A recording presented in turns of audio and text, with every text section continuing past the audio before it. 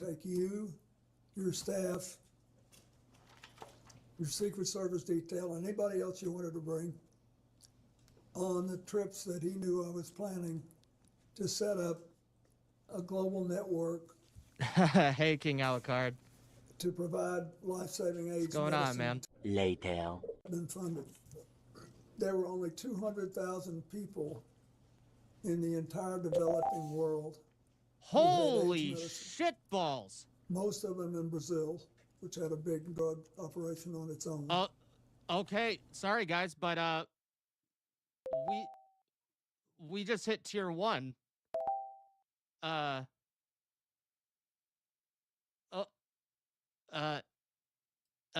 Okay, Alucard. Don't know where you got that money from, but holy shit, here we go. I guess it's time for some pink ladies, and I'll put on the blue wig. So we will be right back with more Bill Clinton here in a sec, okay, everybody? Okay, here we go. Later. Thank you so much to King Alucard. I honestly did not see that coming even a little bit. That's what she said. The blue wig is on, so we are going woke. Hit Gary Daly says, thanks for the sub. Hey, shout out, Hit Gary Daly. King Alucard, hey, what's up, man? Shout out. Go over to sub to King Alucard. He's been streaming. I'm streaming Persona 5, right? We're on his channel. Says, happy birthday, buddy. I'm still owed some game time with you. A great freaking stream, brother. By the way, I stream now. Please support. Hey, I just shouted out your channel. Go over and check out King Alucard. He streams Persona 5, and I know he's going to be streaming Genshin Impact. We do need to play again. I think I'll have some time after the update to jump into it full time, and we can stream some. We can just, yeah, I got to grind out some currency and stuff because I got to level up these characters, man. I got to level up all these new characters, so... That's what we love to see around here. And good evening, Bowsette. Good to see you. IB the EB's here as well. Excellent. So with those, we're up to 25, which means that we are oh so close to unlocking, but King Alucard has come in and blown away the tier. Okay, the tier has just been shattered. We've hit the tier. The tier's done. We've done it. It's over. We're going to have a stream. There's going to be a stream. And by the way, ladies and gentlemen, the next stream, the gaming stream, is going to be the brand new Soul Reaver Defiance, because that was gifted to the channel, and we will absolutely be playing it. And IB the EB right here is, I believe, the gifter. If he would like to speak up, I don't know if it's a secret, so I won't give it away. But the Red Boy banger from freaking Alucard, he's going to get put on legendary status. We're going to have to make something for him and put it in there. Maybe we're going to go, I'm going to go steal his logo or his mascot. I'm going to animate it. And it's going to go right into the personal folder right there, because I do believe this man has just unlocked that. But with this $100 giggity goddamn banger, my mind is blown.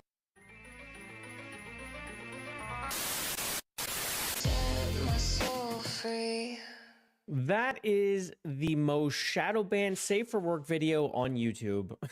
By the way, if any video I've ever made deserves 500,000 to 1 million views, it's that one. It did not come close. But you know what? I ain't mad, because we got other bangers that went out there and they did just fine. Just not that one. But you know what? It is a staple, and it shall remain one forever. It shall be. It shall be. Thank you again so much, King Alucard, for making it happen. It's been a while since we played that. It's been a while. The whole thing? Yeah, it's been a hot minute. So it's great to do it. And you know what? I will not hold back playing some Eve. No, sir. No, sir. It is a banger, isn't it? It is. The freaking, if you ever actually just listen to the song, the lyrics are actually phenomenal. It's been 84 years.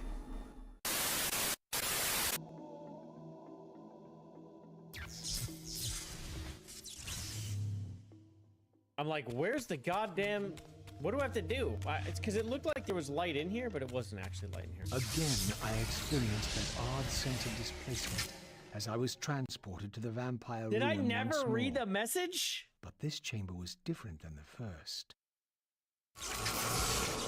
Did I never actually read the message? I never read it? Oh my god. I'm sorry. In their defeat, the vampire's enemy I never retaliated read with a it. terrible curse, You afflicting the surprised me vampires so much, with I a forgot to read it. bloodthirst that turned their once noble race into ravenous predators. This curse plunged the vampires into despair man. and apparently drove many to madness and self-annihilation. What was it that so devastated them that they were driven to suicide? Well, now I feel bad. But it created a good moment for you.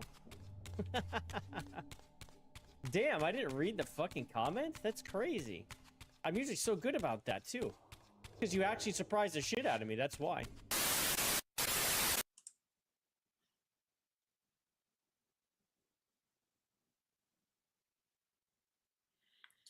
Dude. Alucard. I just saw Alucard's message. Holy shit, bro. Thank you so much. Alucard bought a bunch of cookies for my daughter's Girl Scouts. Like, thank you, bro. Seriously. Holy shit, thank you. There it is. That is a lot of boxes of cookies. 10 boxes. Let's fucking go. What a legend. What a legend. My wife and daughter are going to be super hyped. Like, seriously, man. Thank you so much. That is so kind of you. So kind. What a legend. I'm telling my wife to check now after Alucard's purchase. She's got to be super excited. I know they're super expensive. There's $6 a pop unless you get the caramel chocolate chip. Those are $7 a pop. It's expensive. Plus shipping and handling, it's expensive. Alucard, thank you again, man. It's so kind of you. I love spreading joy. Well, thank you. As I always say, man, genuinely appreciate it, but always, you know this.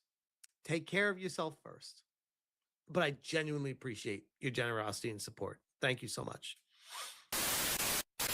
Puerile, let's be honest, but we all enjoy it, right?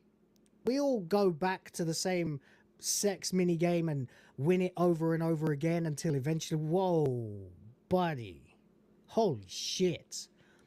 I'll be right with you. Now, before I go any further, holy fuck, right out of literally nowhere, out of the clear blue sky, my fucking god, the King Alucard has shown up and dropped 50 memberships, 50 for the Griff Force, 50 for the princesses. Holy shit. Whoa. Damn, son, I am not used to this. Let's go, Griff Force! Doing it for the princesses! Yeah, what the fuck? Yes! Hell yeah! Hey, come on, baby! Come on! Yes! Come on!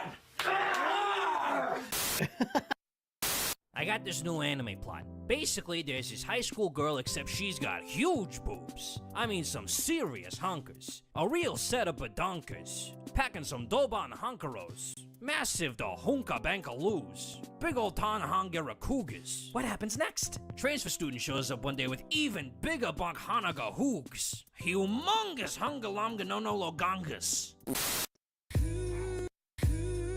Help me create the future of the white race.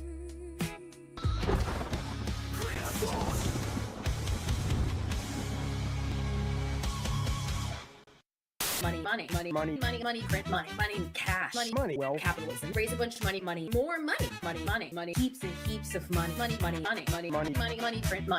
cash, money, wealth, capitalism, raise a bunch of money, super chat money. As salty as the sea, calling us no code names. SJW screaming, but it's money they blame. Burning with envy, they're falling flat. They can't handle the sound of a super chat.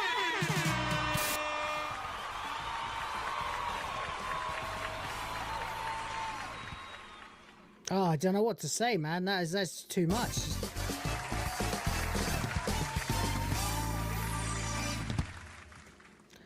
Everybody go support the King Alucard when you get a chance. Says it's on 500 subs. Says send your best my way. We will. We'll go and help out any way we can. Sure thing. Why not?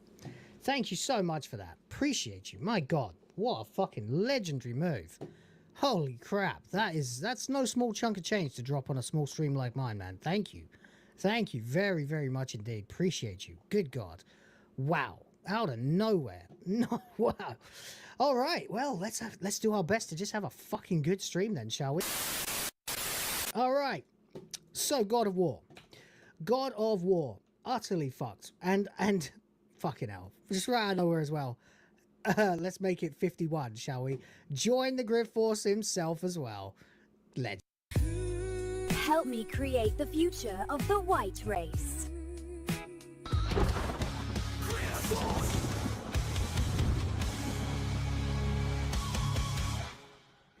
Guys, don't open a new tab. Go to the King Alucard at the _King _Alucard. Check it out. Hit subscribe. Go and support. And good luck growing the channel. And I'll be checking out some of your work as well. There you go. Thank you so much. Fucking do it, guys. Go hit subscribe on King Alucard, sorry, for me. Thank you very much. Tingling. It's fucking... What the fuck? Jesus Christ. God damn it. What the fuck, man? Jesus Christ. A $20 super sticker on top of that as well. Of the Samurai Shiba Inu. Where do I even go? What do I do now? I've done everything already. Holy shit. My God, you are a Oh, these? My boobies? My massive fucking titties? My super stuffed up milkies? My hunger bonger doinky boinkies? My fucking fabric stretching, wind flapping, gravity welling sex mounds? You mean these super duper ultra hyper goddamn motherfucking... Holy shit. Whoa. God damn. You guys, amazing. What the fuck, man? Jesus Christ. That's insane. Every now and then someone just pops in and goes, "Here, have a ton of cash." I'm like, "Yeah, thank you." I can literally that's like the baby's milk budget for the month covered today. So that's great. Now I just have to worry about rent and bills and stuff. Thank you so much. You're absolute legend. There we go. Joe Music with a what is that? 61 months says, "Hold some cards for me, rip a verse until payday." Hey, I can't do that. I don't make the rules. Actually, technically do, but I don't make the rules. If you want the cards, you need to get in early. The King Alucard with 20. And they're just not regular memberships. This is 20 Ultramac memberships. What a psychomaniac. Whoa! The King Alucard, shout out. All the Ultramacs, welcome, welcome. Wow, wow, wow, wow. Whoa! I know Baby Ripper is downstairs like, what is my father screaming about? Is he okay? I am. Just got a text from the wife. It's not about me screaming. Believe it or not. Another 20! Uh-oh, I don't want to start having to play the saloon double door. And we got a Western that just dropped. It would be in order. We do have a Western infused story that just dropped called The Hellbound Stagecoach. Shout out all of y'all. 40 gifted. King Alucard is a psycho, and I respect it. You ain't got no choice. 40 gifted subs, 20 back to back, and he said, "Why not?" Tumbleweed is rolling it. It's getting cocky. Again, it's right in order. We did just. If you just getting in here, the Hellbound Stagecoach is up for pre-order right now. And it is a Western. 40 gifted? Are you insane? He is. And I'm okay with that. I'm okay with it.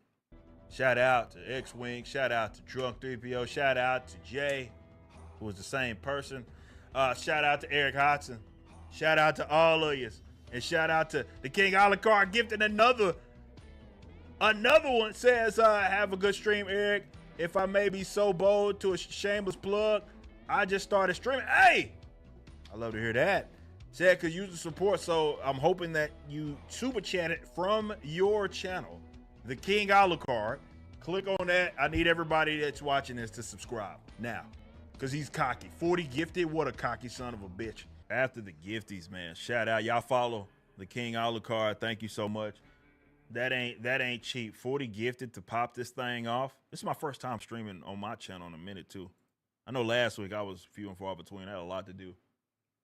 Wow, shout out to the King Alucard. What a cocky son of a gun. 20, then another 20.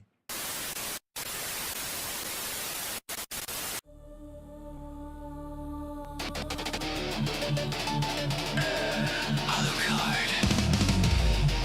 King in the chat. Did you check my comment?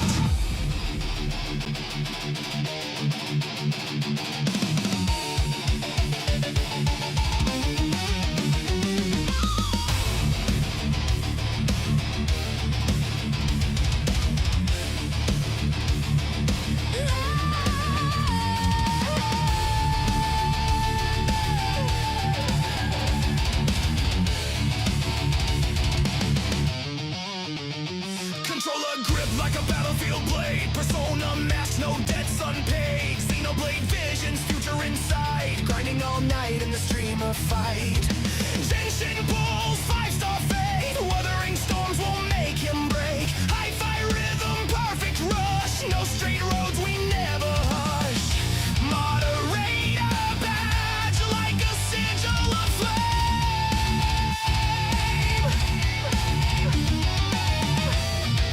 silencing chaos, protecting the game. He's watching the scroll, he sees every name. Type it once, type it twice, he'll call you out the same. Did you check my comments? Did you check? Did you read what I said? Chat moving fast, but I'm still ahead. Did you check my comments? King Alucard, crown in the stream instead. Metal in my veins and fire in the thread.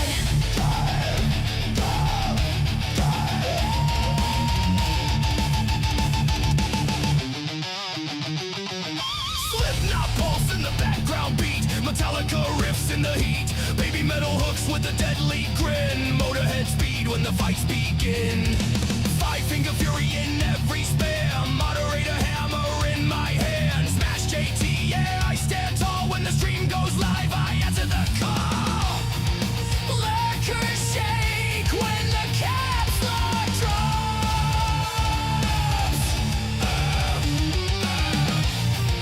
Chat gets clean when the nonsense pops. You missed the line, you skipped the thread. Scroll back up, read what I said. Did you check my comments?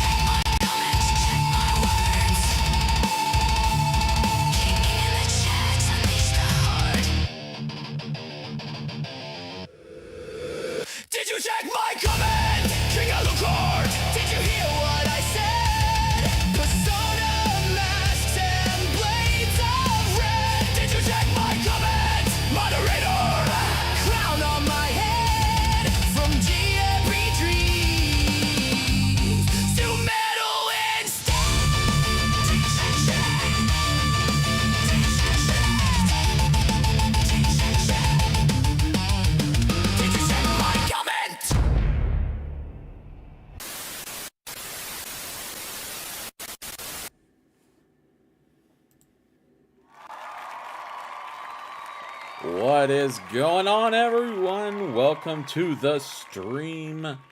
I am King Alucard once again. It is a new week, and we're here to start a new playthrough.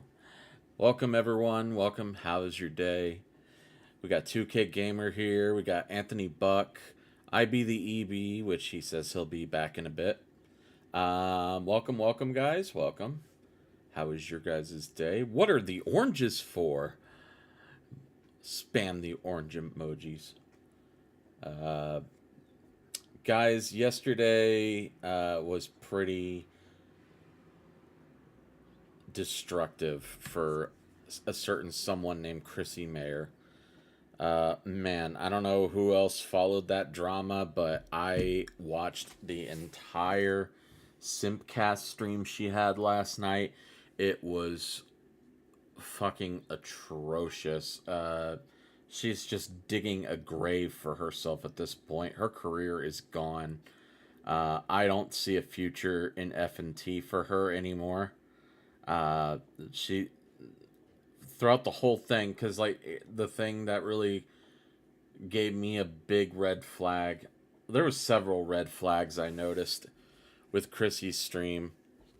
I didn't watch it, but I know it was bad. Yeah, it was really bad. It was downright cringeworthy. She just keeps lying. She's just a constant liar. She doesn't know how to apologize. Because she kept saying to Brittany Venti, I'm sorry you feel that way. I'm sorry you felt that way. Like, that's not an apology. That's the most disingenuous attempt at an apology I've ever heard. And she does not know how to apologize. She was constantly lying. She keeps throwing everyone under the bus for the sake of Melanie Mack. Who she calls as a friend. Well, your friend is a fucking snake who constantly lies and is a fake Christian. You know, she fucking... When I first heard about this Simpcast that was gonna happen, I was expecting her to try to actually be genuine in the moment and, like, you know, admit to her faults.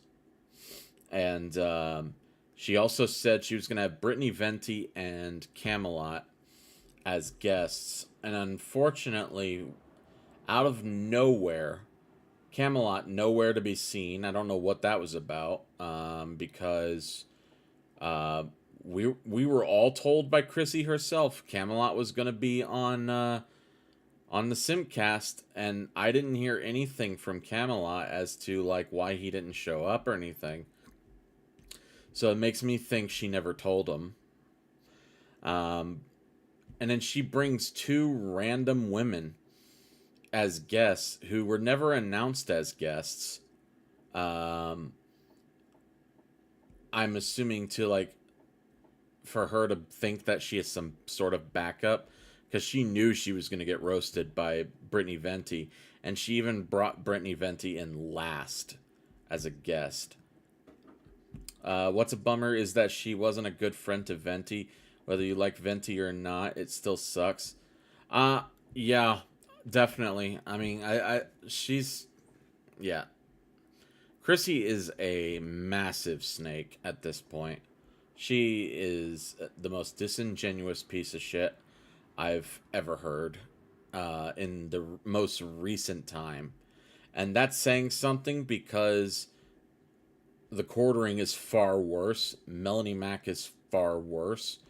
But by proxy, you know, she's up there. She really is.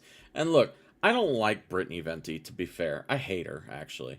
Especially for L takes that she constantly pushes. Like saying shit like, if you watch anime, you're a pedophile, which is the dumbest take I've ever heard from her. But, like, I'll admit right here and now, Brittany Venti cooked in that stream. So much so that, like, bro, Chrissy, I swear, if you paid attention to her stream, if you ever did watch it, there were a bunch of super chats for Chrissy Mayer, and some of them were like glossing over everything and just basically worshiping Chrissy Mayer and everything, right? But here's the thing, and she did this when Melanie Mac was on her stream last time, right? But she did not read every super chat again. She ended stream early because she was getting pressured by Brittany Venti, and she ended stream early because they were trying to see if they can get Ashton PPP from Kino Casino on, because he's not banned from YouTube, so he can freely get on if he wanted to. And they kept telling her, if you avoid bringing him on, you know, it's just going to get worse for you. And she just did all this shit anyways. But like, when it came to the super chats, she would conveniently cherry pick super chats that benefited her narrative, that supported her. But specifically, they were also super chats that dunked on Brittany, right? And so whenever she read a super chat, if it was supporting Chrissy, she would read them out loud like normal. But if she would read a super chat that supported Brittany and not Chrissy, she would whisper motorcycle. She would whisper the super chat and almost mumble it, like to the point where it's barely heard. And there were so many super chats, probably around $2,200 plus worth of super chats, that she didn't even read. She just ignored them. And she's like, I'm gonna save these for another time. It's like, by that point, it's pointless. So she scammed people. She scammed $2,200 worth of super chats because it hurt her feelings. And she called content creation diaper money.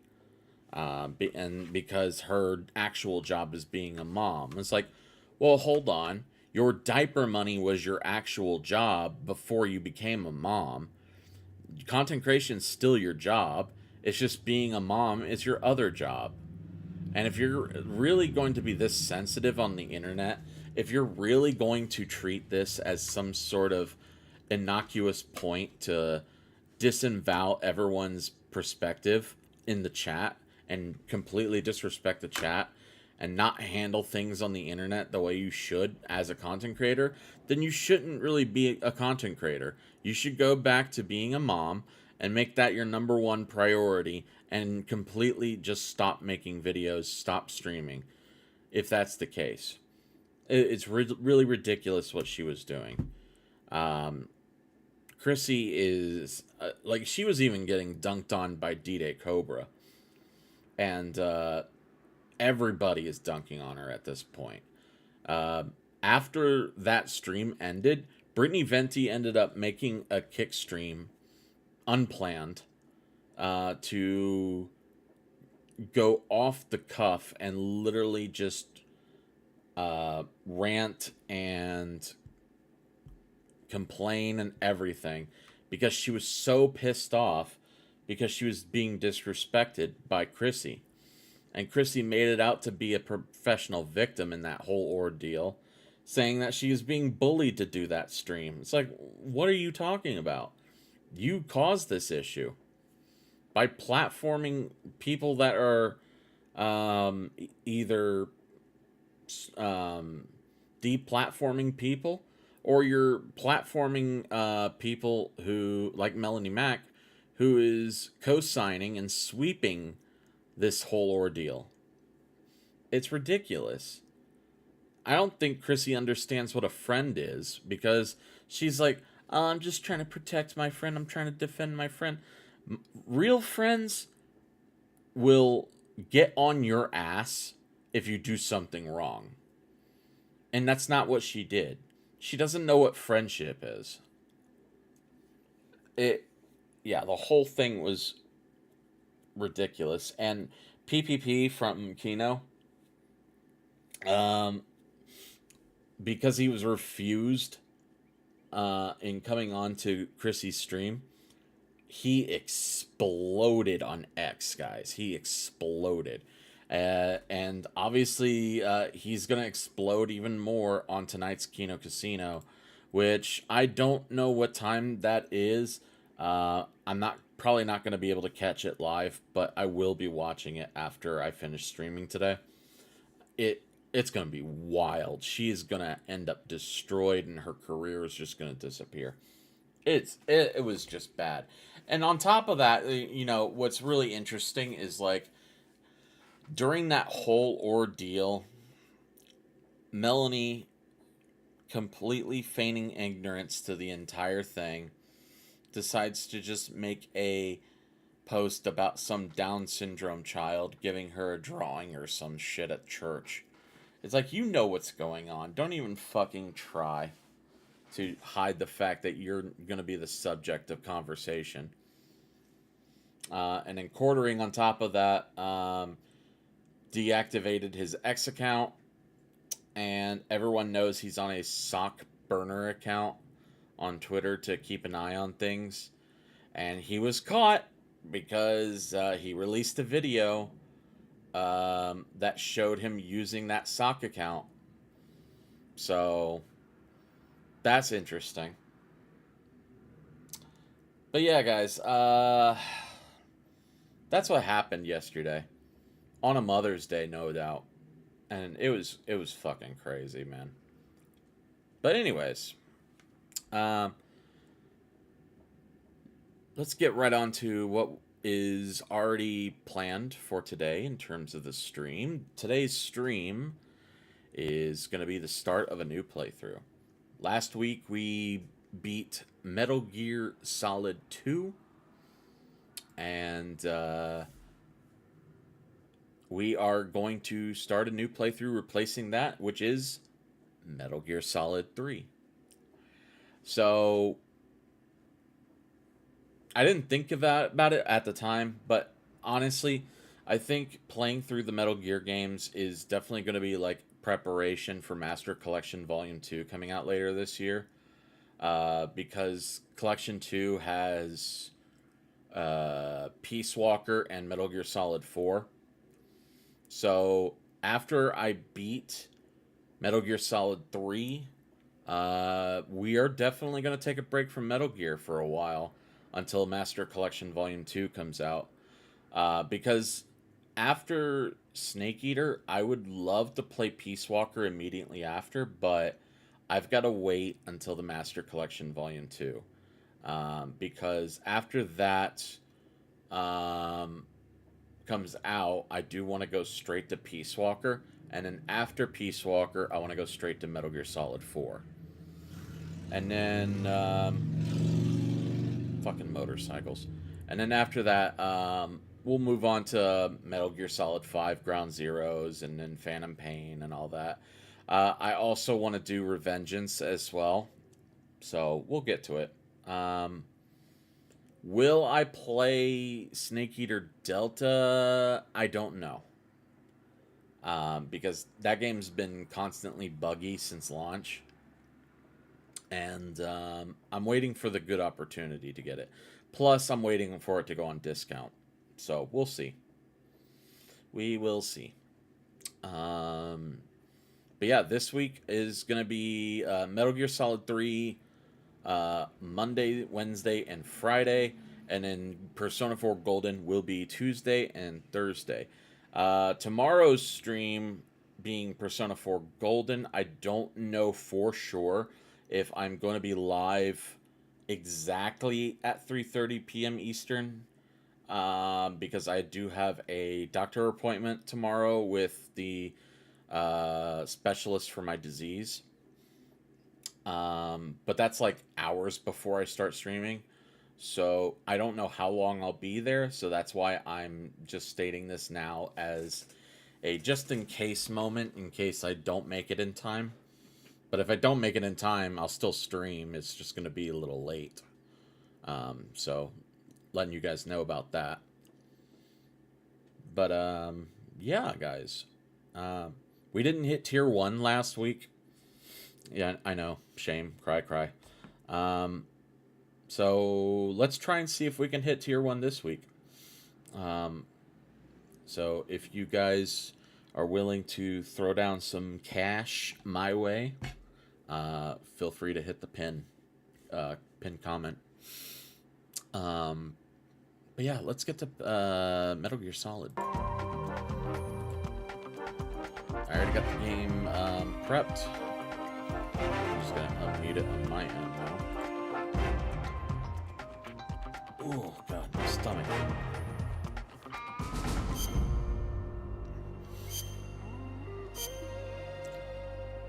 Alright, before I start it,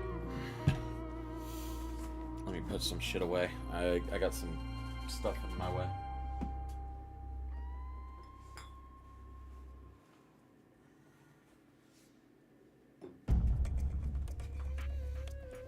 Alright, cool.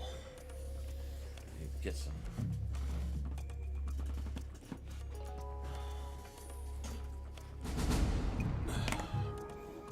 Hang on 1 second, guys.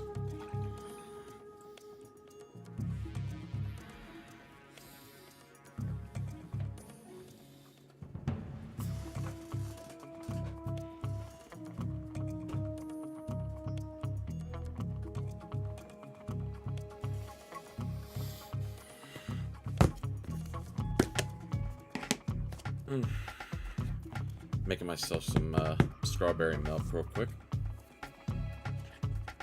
Or at least I'm getting prepped for it.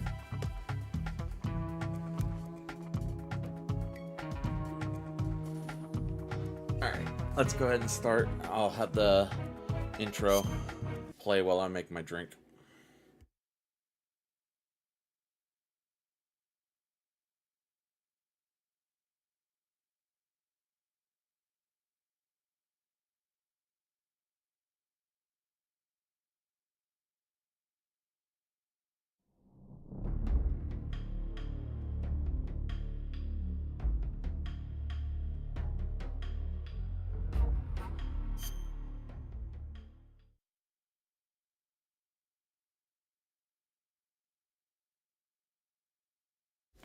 I thought the intro would play right away, but nope, apparently not. Let's see. Full screen's fine. New game. Let's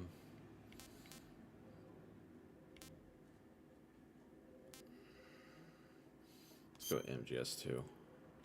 Normal as usual. After the end of World War II, the world was split into two, East and West. This marked the beginning of the era called the Cold War.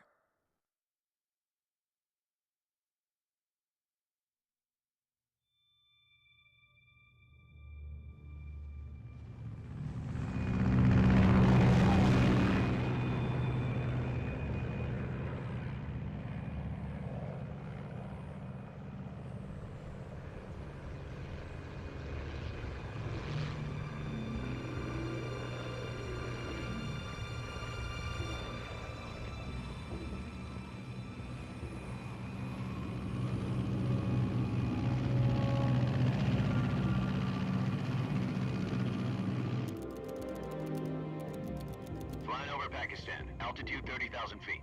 Approaching Soviet airspace. 20 minutes to drop off. Commencing internal depressurization. Equipment check. Arm main parachute. All right. You ready to go? Drop zone still showing a high pressure mass. Cav okay. Good. We've got high visibility.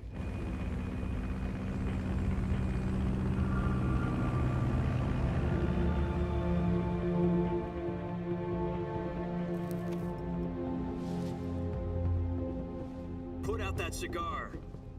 Connecting oxygen hose to interior connector. Put on your mask.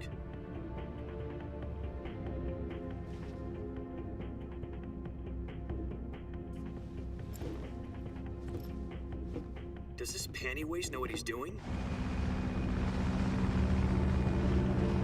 Approaching release point. 10 minutes to drop off. Hey, are you deaf? He said put out the cigar and put on your mask.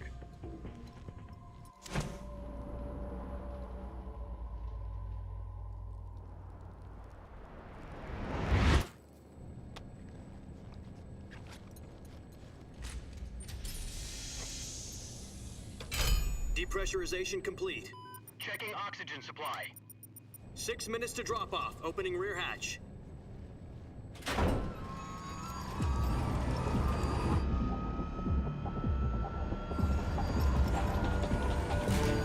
Sunrise.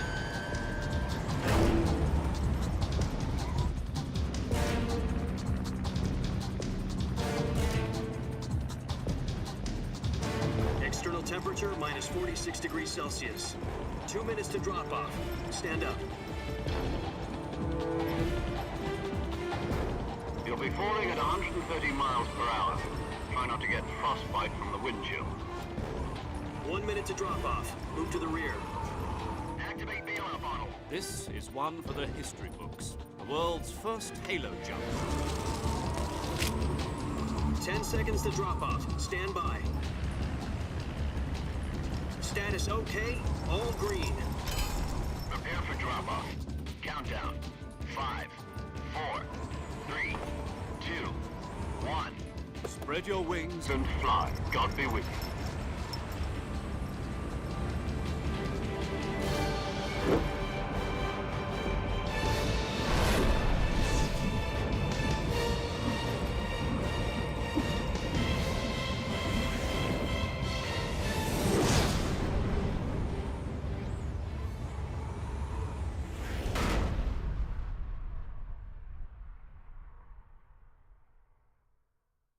Jack, I've got some important news. The head of the CIA has finally given us the green light for the virtuous mission. Virtual mission? No, the virtuous mission. The future of our Fox unit depends on it. If it succeeds, we'll be officially organized into a unit. Virtuous mission? Sounds like some kind of initiation ritual. You know, don't get cocky. This isn't a training op. Right. So what exactly is this wonderful mission? Well, about 2 years ago, a certain Soviet scientist requested asylum in the West through one of our moles. His name is Nikolai Stepanovich Sokolov. He's head of the OKB 754 Design Bureau, one of the Soviets' top-secret weapon research facilities, and the East's foremost expert on weapons development. Sokolov? Isn't he that famous rocket scientist? The very same. On April the 12th, 1961, the Soviets achieved the first manned spaceflight in history. The Earth was blue, but there was no God. Well spoken. The rocket that carried Yuri Gagarin into orbit was the A-1, known as the Vostok rocket. Sokolov is said to be the man most responsible for the multi-engine cluster used in that rocket. After Gagarin's flight, Sokolov left rocket development to become the head of the newly established Design Bureau. From a lowly technician to head of a design bureau, that's quite a success story, so why'd he want to defect? It seems he'd become afraid of his own creations. Afraid? Call it a crisis of conscience. And for that, he left his country and his family behind and went over the fence? Not exactly. One of his conditions was that his family was also to be taken safely to the West. We used a mole to get the family out first and succeeded in sneaking Sokolov over the Berlin Wall shortly afterwards. I was the one who conducted the operation. The security on the eastern side was still full of holes back then. Then what? We got Sokolov over in one piece, but the whole ordeal had left him exhausted, and we checked him into a hospital in West Berlin. It took him 2 weeks and more than 600 miles to get from the research facility in the Soviet Union to Berlin. He was in no condition to say anything coherent. And it was only a week later that we had something much bigger on our hands. The Cuban Missile Crisis. October the 16th, 1962, President Kennedy received word that the Soviets were in the process of deploying intermediate-range ballistic missiles in Cuba. The President demanded that the Soviets dismantle and remove the missiles. At the same time, he announced a naval blockade to prevent further missile shipments from reaching Cuba. But the Soviets didn't back down, instead placing their armed forces on secondary alert. Soviet transport ships carrying missiles continued on course towards Cuba. US and Soviet forces went on alert for an all-out nuclear war. Frantic negotiations were conducted through the UN's Emergency Security Council and unofficial channels to end the hair-trigger standoff. Finally, on October the 28th, the Soviet Union agreed to remove its missiles from Cuba, and so the world avoided a nuclear holocaust. But in order to get the Soviets to pull their missiles out, we had to make a deal. You mean the one where the US agreed to remove its IRBMs from Turkey? No. The Jupiter IRBMs deployed in Turkey were obsolete, and we were going to get rid of them anyway. They had no strategic value whatsoever to either the US or the Russians. The Turkey deal was a ruse, a cover story that was fed to the other intelligence agencies around the world. So what did the Russians really want? Sokolov. They wanted us to return Sokolov. You mean the Soviets pulled out of Cuba just to get their hands on Sokolov? That's right. What the hell was he working on? At the time, we had no idea. We were running out of time. It was either give up Sokolov or risk full-scale nuclear war. In the end, we had no choice. President Kennedy gave in to Khrushchev's demand. The next day, I got Sokolov out of the hospital, handing him over to agents on the eastern side. Sokolov kept on screaming, "Save me," until he disappeared from my sight. Then a month ago, we received some new information from one of our moles. About Sokolov? Yes. He was taken back to the research facility and forced to continue working on the weapon in question under KGB supervision. What's more, it's on the verge of completion. So what kind of weapon is it? Something to do with space rockets? No, missiles. Same technology. I guess you're right. We don't know the details, but it appears to be a new kind of nuclear device. For half a year now, the Soviets have been conducting frequent nuclear tests at Semipalatinsk. Something to do with the weapon, I assume. We're talking about a secret weapon so big that Khrushchev was ready to pull out of Cuba to get it back. Is Sokolov still in the facility? No. According to our intelligence, he's in Selinoyarsk, a place in the mountains about 3 miles to the west that's known as the Virgin Cliffs. The Virgin Cliffs. Nice name for a virtual... They moved him there and would never have been possible if he was still in the research facility. This is our last chance. Sokolov must have known that too when he contacted us.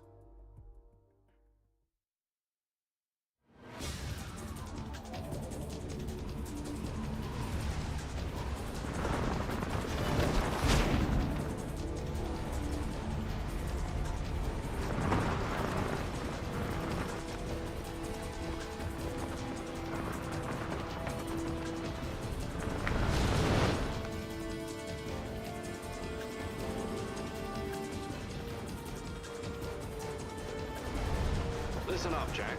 Your mission is to infiltrate Selinoyarsk in the Soviet mountains, ensure the safety of Sokolov, and bring him back to the west.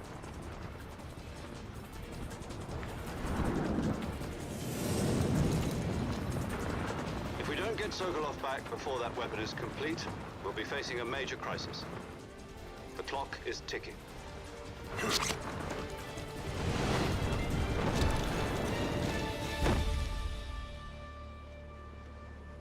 Once we've confirmed the rescue of Sokolov, stand by at the recovery point. A recovery balloon will be dropped at that point. Helium will be pumped into the balloon to inflate it. The process takes about 20 minutes. Once it's complete, the gunship's arm will latch onto the balloon and pull it up. The Fulton surface-to-air recovery system. I'm familiar with the theory. Take it easy. It's been combat-proven. Do you think Sokolov is up to it?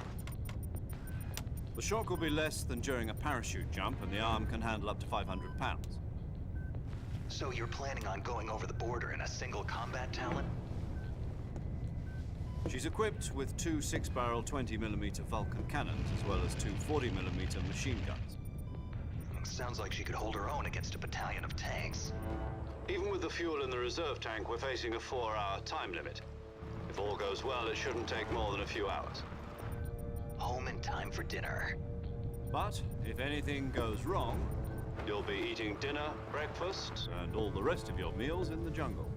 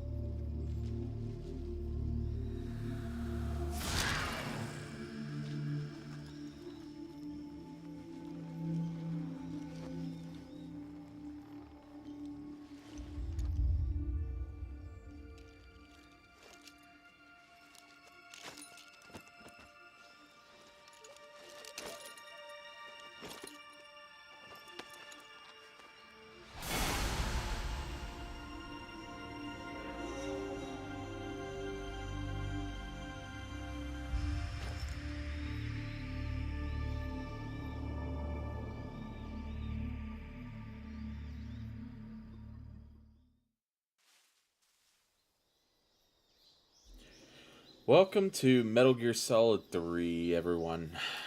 Start of a new playthrough. This is the, I believe this is the HD edition, which is Subsistence. So I can change the camera angle to the original release of MGS3, and then the new camera angle from the Subsistence version.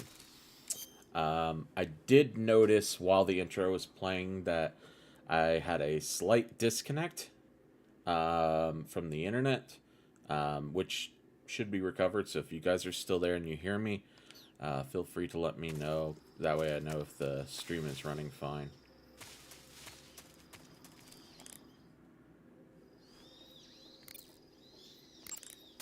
What's wrong? You were expecting something different? Now, go and find Sokolov and get him out of there.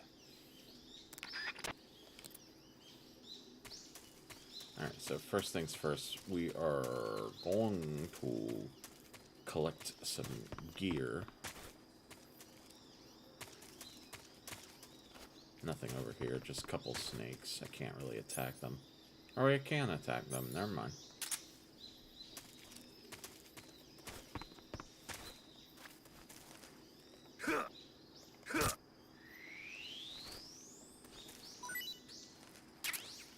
There we go. Some food.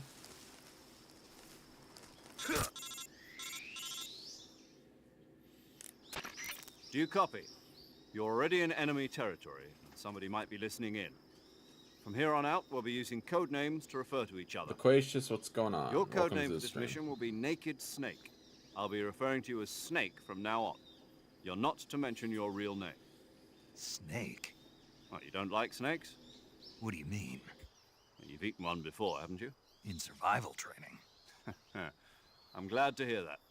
I don't know if I'd ever order one in a restaurant, but... Be careful, you might not have a choice. What about you, Major? What should I call you?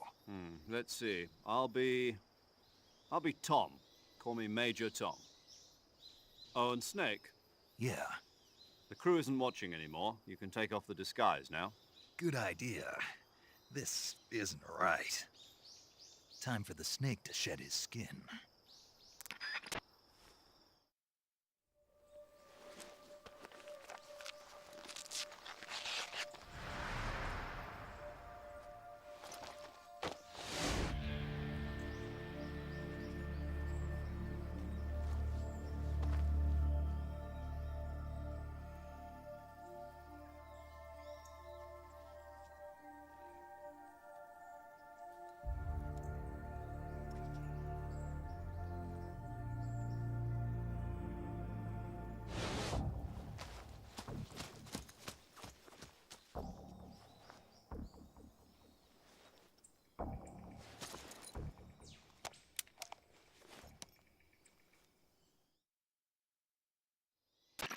Can you hear me, Major Tom? This is Snake. Kept you waiting, huh? This will be a sneaking mission. You must not be seen by the enemy. You must leave no trace of your presence. Is that clear? This kind of infiltration is the Fox unit's speciality. In other words, weapons and equipment are procured on site. That goes for food as well. You're completely naked, just as your name implies. Great. Now I see why you asked me if I like snakes. I suppose calling me Snake was your idea of a joke, too. No, there's a good reason for that. I'll tell you later when the time is right. Gotcha. Getting back to the subject, how exactly am I supposed to feed myself? You've been issued a knife and a tranquilizer gun. Use them to hunt for food. You'll also find some medical supplies in your backpack. Yeah, about the backpack. I lost it in a tree on the way down. I see. Well, you'd better go back and get it then. You know where it is? No problem. I can see it from here. It's stuck on a branch. To climb a tree, stand in front of a tree that's covered in ivy and press the action button. I'll be monitoring your progress over the radio. We can't risk violating Soviet airspace, but I'll be in the gunship. My frequency is 140.85. I'll give you a call if I need to talk to you. If you need to talk to me, use the send function. Okay, Snake, go get your backpack.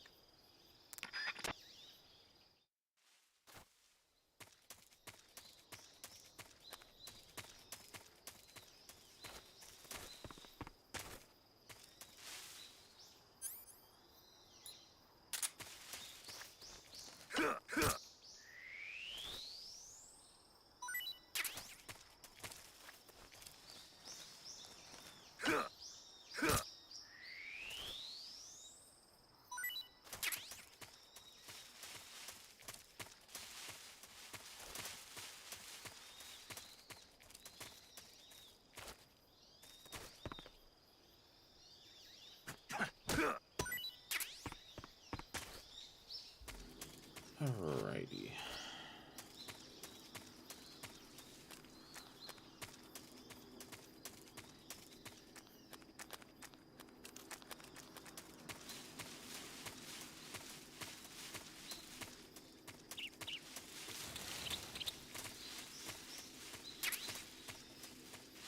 Got some medicine. Now we're gonna make our way through the middle.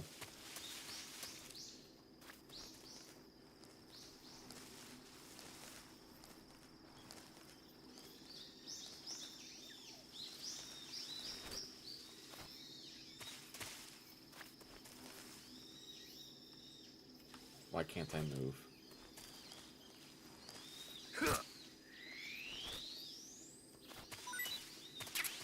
There we go.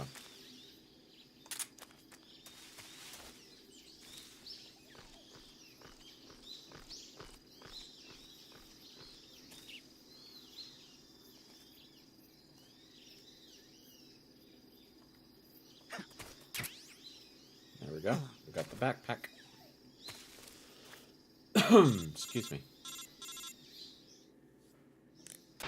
I see you've retrieved your backpack, Snake. To equip a weapon, it's necessary to take it out of your backpack.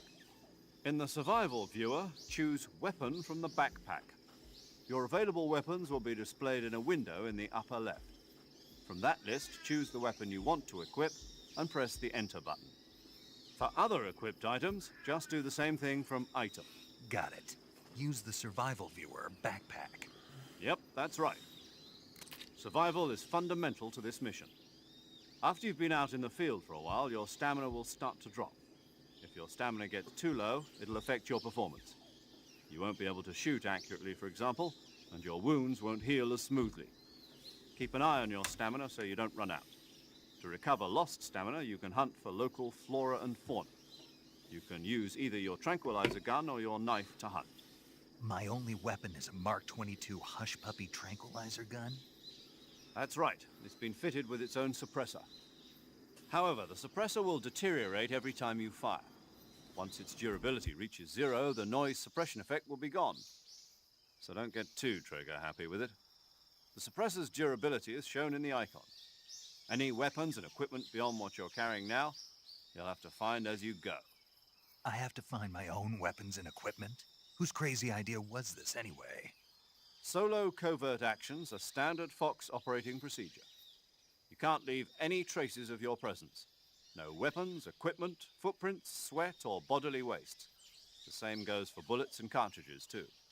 Your presence in enemy territory is already a violation of international conventions of warfare. There aren't supposed to be any American soldiers in Russia. It could spark an international incident. You can't let anyone see you. You can't let the enemy know you're there. This is a stealth mission. You're a ghost, Snake, in every sense of the word. And there'll be no rescue if you're captured. The military and US government will deny any involvement in the affair. Then I'll just have to take care of myself, huh? I'm afraid so. You've been given a fake death pill for that purpose. SIS guidelines stipulate that soldiers on covert ops like this one be issued a potassium cyanide capsule. Tape it to your body so you can take it when you need to. How generous of you. Use it if you're taken prisoner by the enemy. It'll send you into a state of false death for a short time. Fooling them into thinking that I'm really dead. So how do I come back to life? Just take the revival pill. You mean that thing they put in my tooth before the mission? That's the one. But be careful. If you remain in a state of false death for too long, nothing will be able to bring you back. Remember that.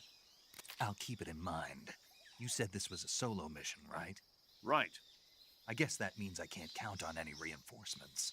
Correct. The mission rests entirely in your hands. A real one-man army. Relax. There's a support team ready to back you up over the radio. Who?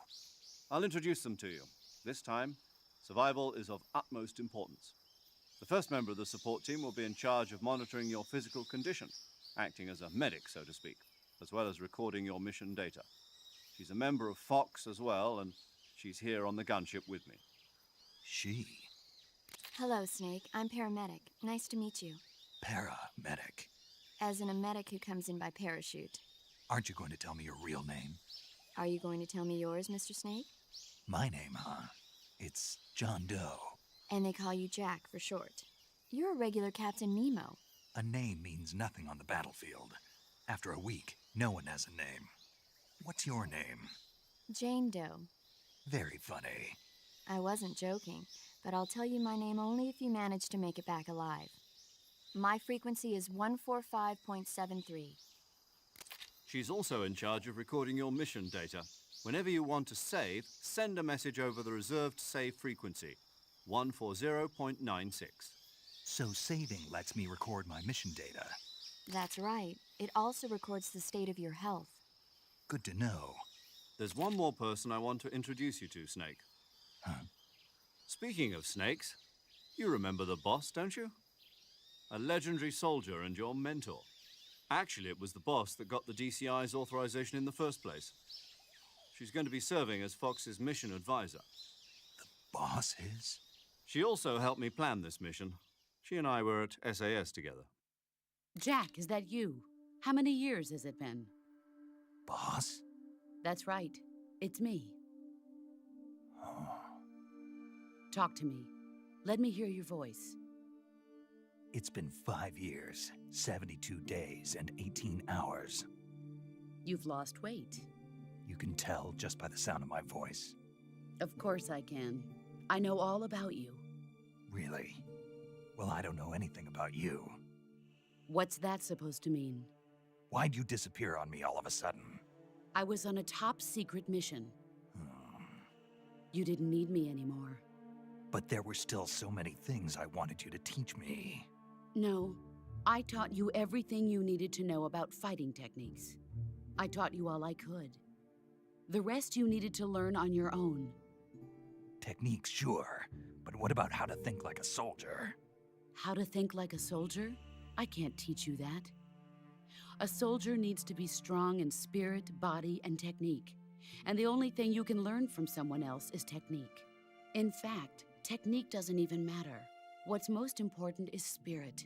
Spirit and body are like two sides of a single coin. They're the same thing. I can't teach you how to think. You'll just have to figure it out for yourself. Listen to me, Jack. Just because soldiers are on the same side right now doesn't mean they always will be.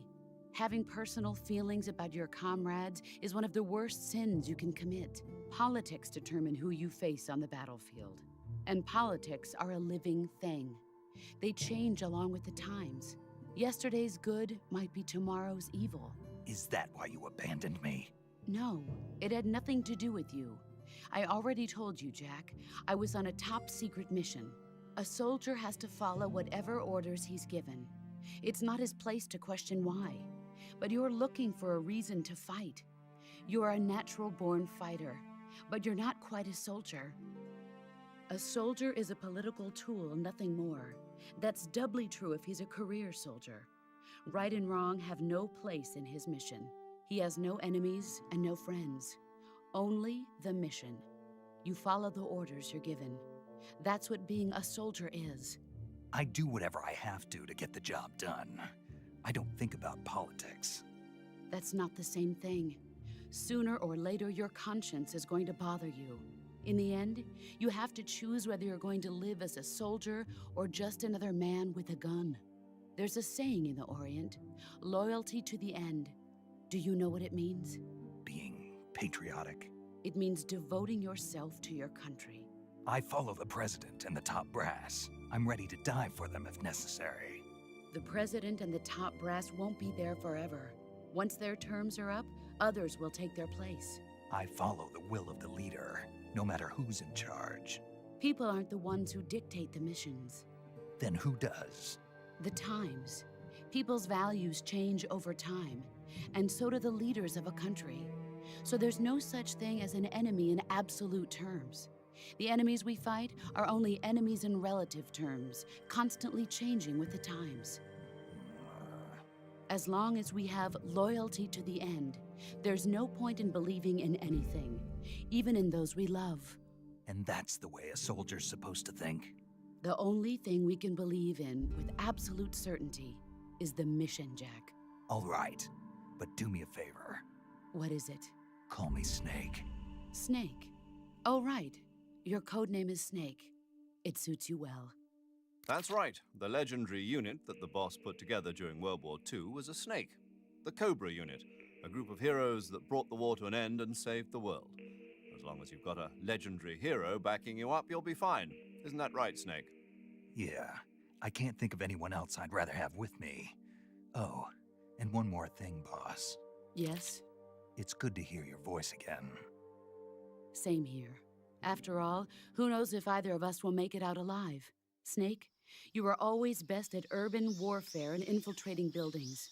But this is the jungle. Survival is going to be key. Those CQC techniques I taught you are sure to come in handy.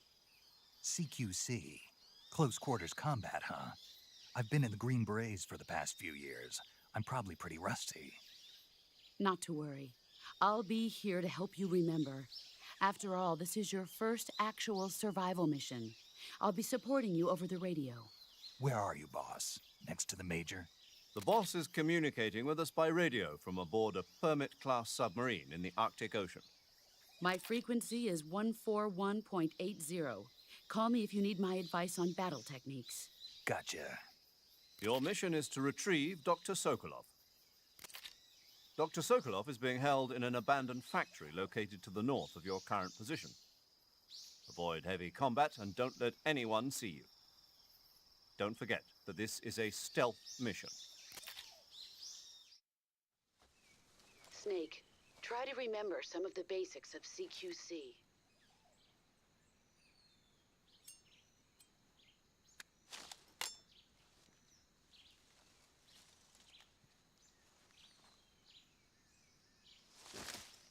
Commencing virtuous mission now. I see another snake. I see another snake, and I'm gonna shoot it.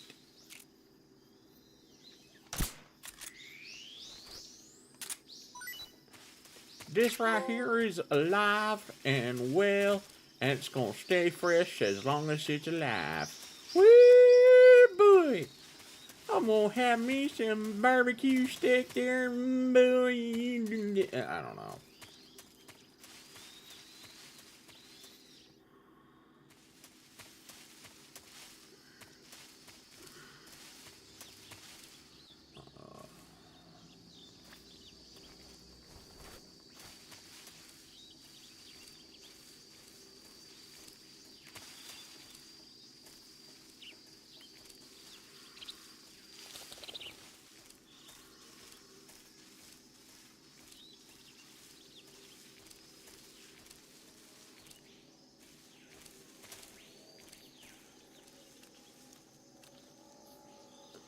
Oh, we got some alligators here.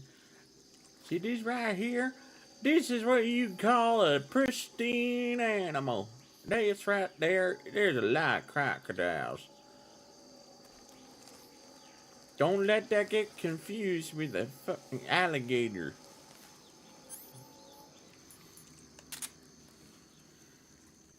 See, I just clicked some bug juice. It's right there, right next to the croc. We're gonna shoot the croc, put it to sleep, and we'll be fine, just as dandy.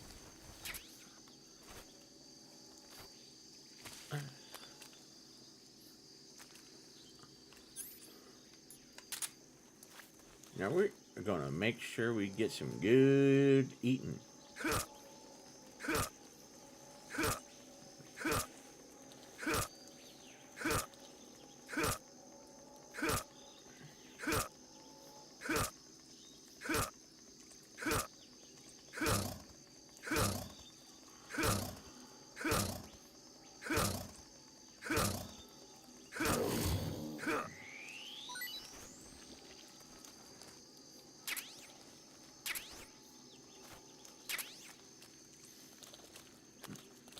Ooh.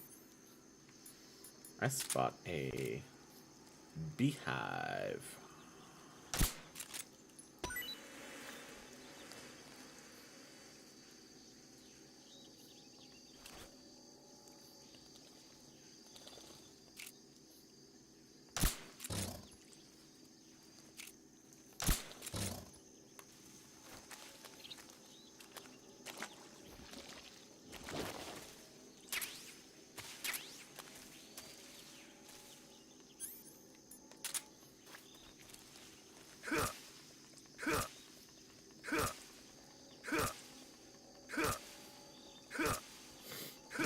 I'm just making myself some food stash.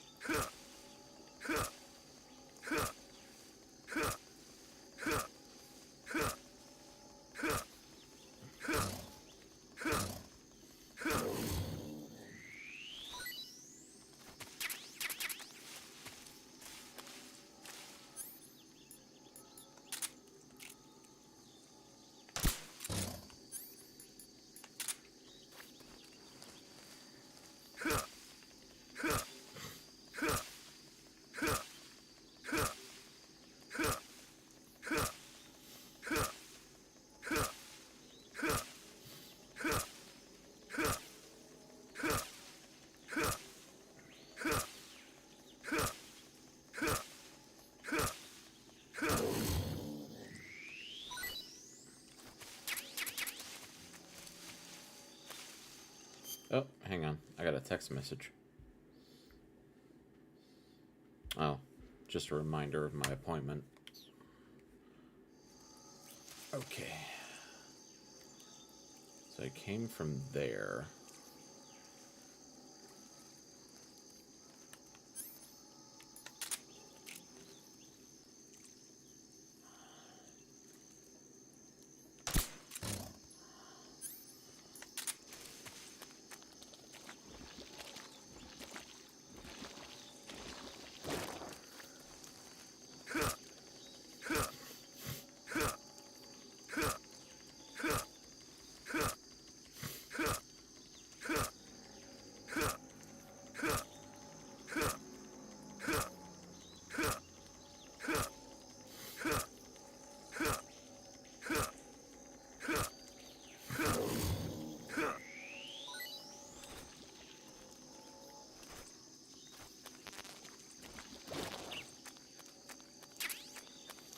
I guess I'm all out of food. Or I'm full on food.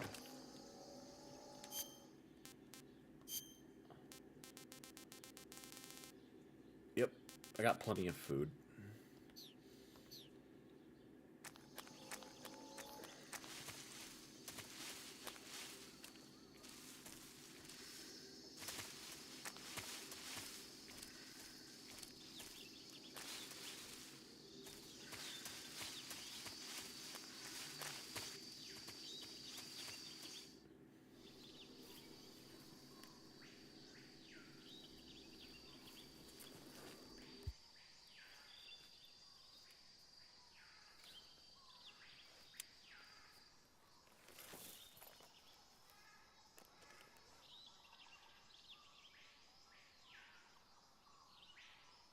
Major. I've spotted 2 enemy soldiers. They're probably KGB troops sent to guard Sokolov. AK-47s and grenades. Snake, your presence in Soviet territory is already a violation of international law. We can't let the Kremlin find out that the CIA and the American government are involved. Contact with the enemy is strictly prohibited. Don't engage them in battle either. This is a stealth mission. Got that? The Major is right. The point of this mission is to sneak through the jungle without being seen. The success of the mission depends on how well you use your camouflage. Change your camouflage by selecting Camouflage from the Survival Viewer. The Uniform option lets you pick your uniform, while the Face option lets you change your face paint. Choosing camouflage that blends in with your surroundings will help you conceal yourself more effectively. Also, don't forget that anything that moves will stand out in the jungle. If you just stand up and run around like an idiot, you're bound to be spotted. But if you crawl instead, you should be able to sneak by without being noticed. You can see how effective your camouflage is by looking at the Camo Index.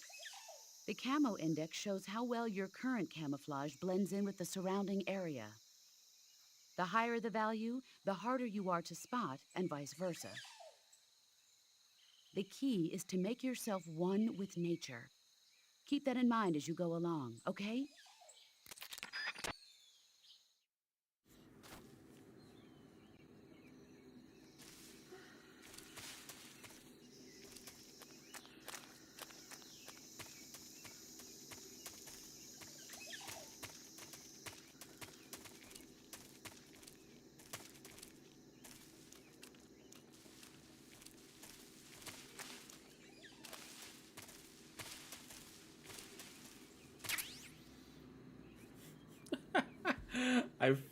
I remember that the sniper rifle is all the way back here.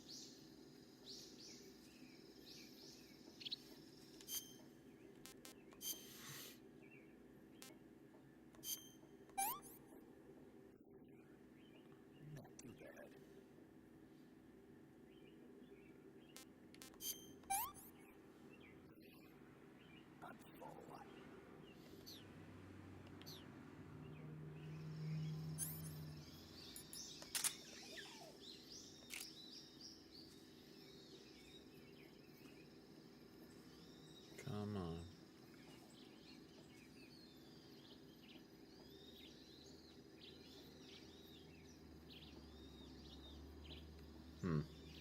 can't reach him. I saw fruit on the tree. Ah, there it is.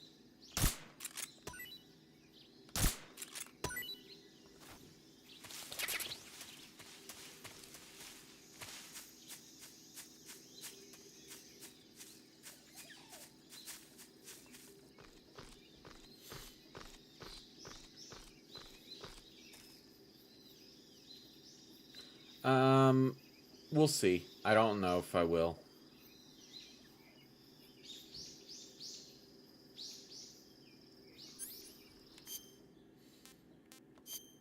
Camouflage. Yeah, I'm 0 at this point.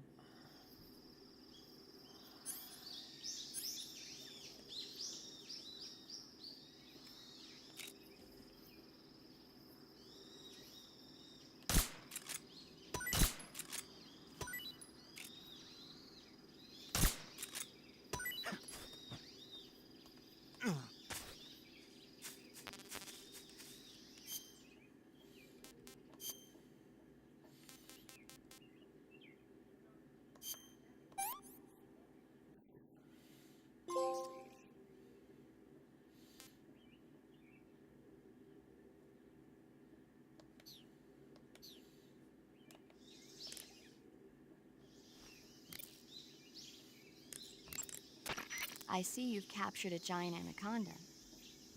The giant anaconda is believed to be the largest snake in the world in terms of weight and diameter. It's not poisonous, but its large size makes it extremely powerful. They say it even eats crocodiles. Its only natural predator is man. And snake.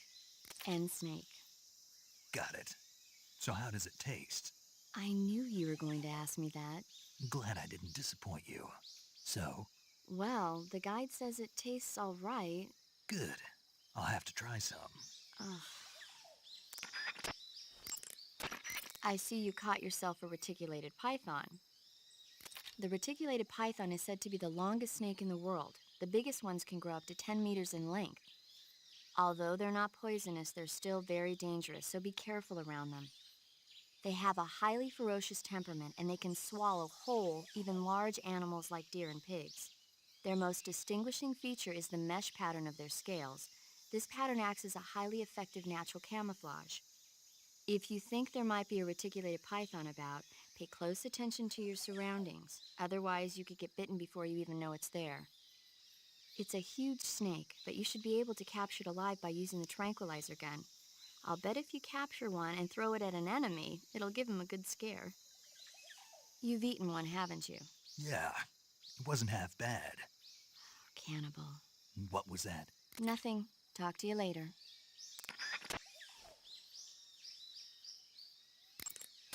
I see you've captured an Indian gavial. The Indian gavial is a crocodile that originally lived in freshwater regions in India and Nepal. Why are Indian crocodiles way out here? They're captive crocodiles that were brought here for research purposes but escaped and became wild again. Indian gavials are large creatures. Adult males grow to over 6 meters in length.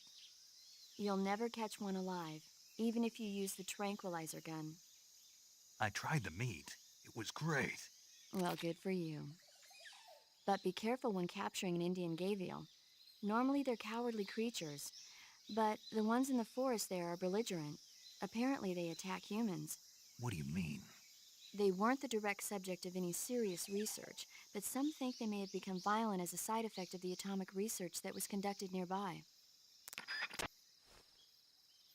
Hey, 2K Gamer's off work.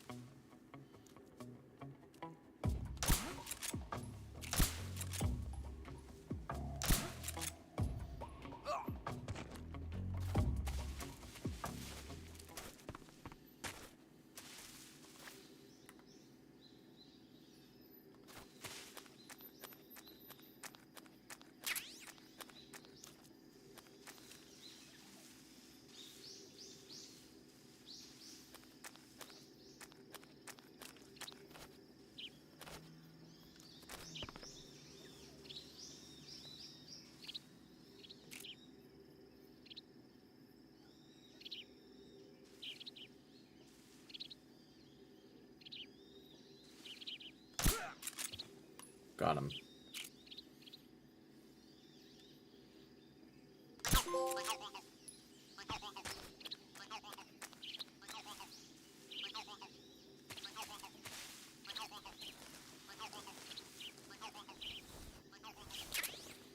Ooh, thermal goggles.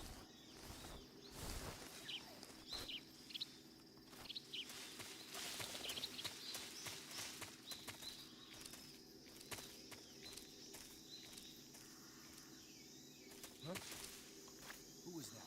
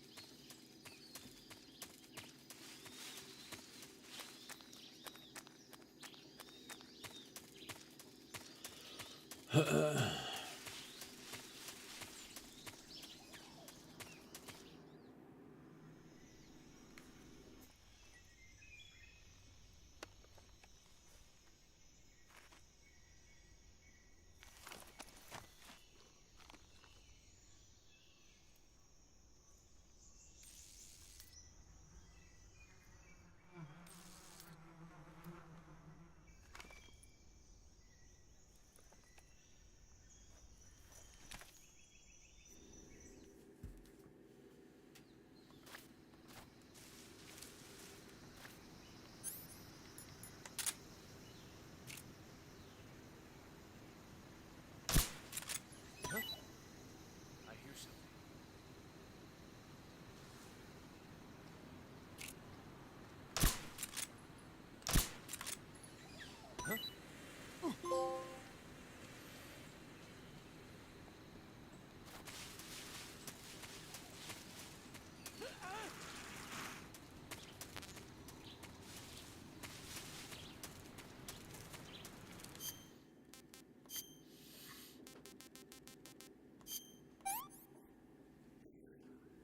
What can I say?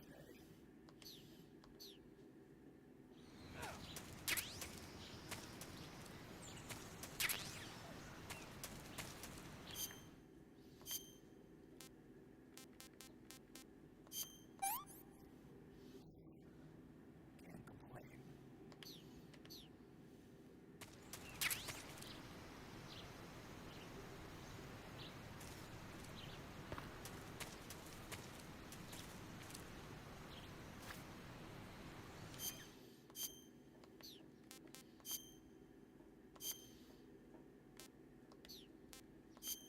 Alright, let's see here. Gotta switch to Tiger Stripe, better camo.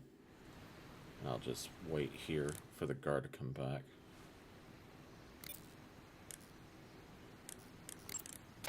I see you've got yourself a Baltic hornet's nest. Baltic hornets are a variety of hornets that inhabit that area. The difference between them and other hornets is that they produce honey in their nests. Inside the nests are larvae, pupa, and adults. You can eat them all. In particular, the honey you find inside the nest is delicious and full of nutrients. It's easy to digest and helps pep you up when you're feeling tired. In short, it's the perfect survival food. Honey can also be used as a burn ointment. When honey is applied to a burn, it creates a protective coating over the skin. When you knock down a hornet's nest, A burn ointment will appear along with it, so don't forget to pick it up. Of course, the hornets aren't going to give up their nest without a fight.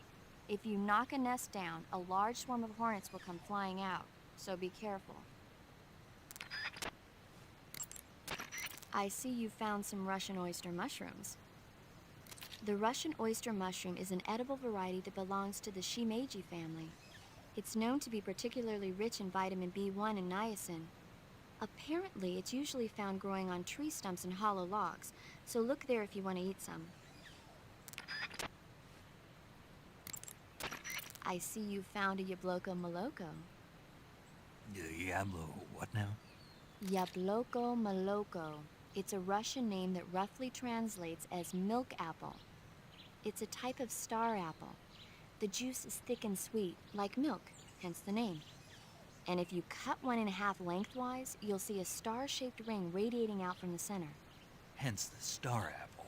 Right. The star-shaped part has a gelatinous texture and is said to be especially tasty. Sounds useful. You're welcome. For once.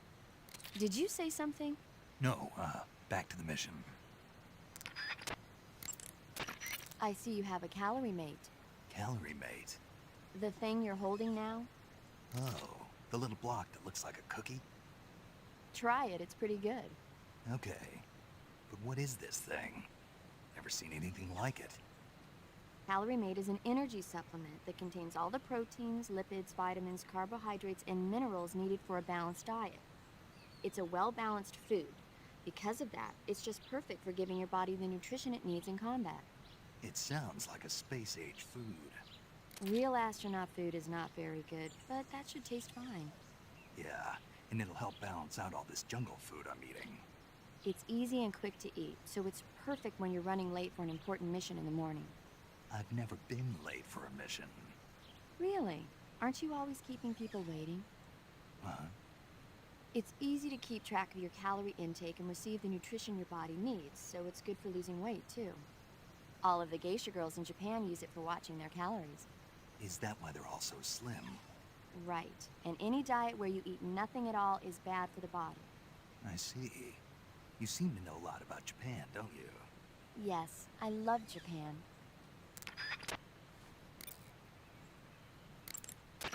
Looks like you found a Golova. Golova? Yeah, it's a fruit that's found only in that region. It's related to the jackfruit, which is commonly found in Southeast Asia. Jackfruit, huh? Yep, he's a cannibal. Huh? I didn't say anything. No, I'm sure you... I said, I'm sure you'd like it. Oh. Golova means head in Russian. It's probably called that because the fruit grows to about the size of a human head. It's supposedly pretty good to eat with a uniquely sweet flavor. The fruit itself is fairly large, so you can make a meal out of it. Golovas grow directly off the trunk of the tree. If you're running low on stamina, it might be a good idea to keep an eye on the tree trunks.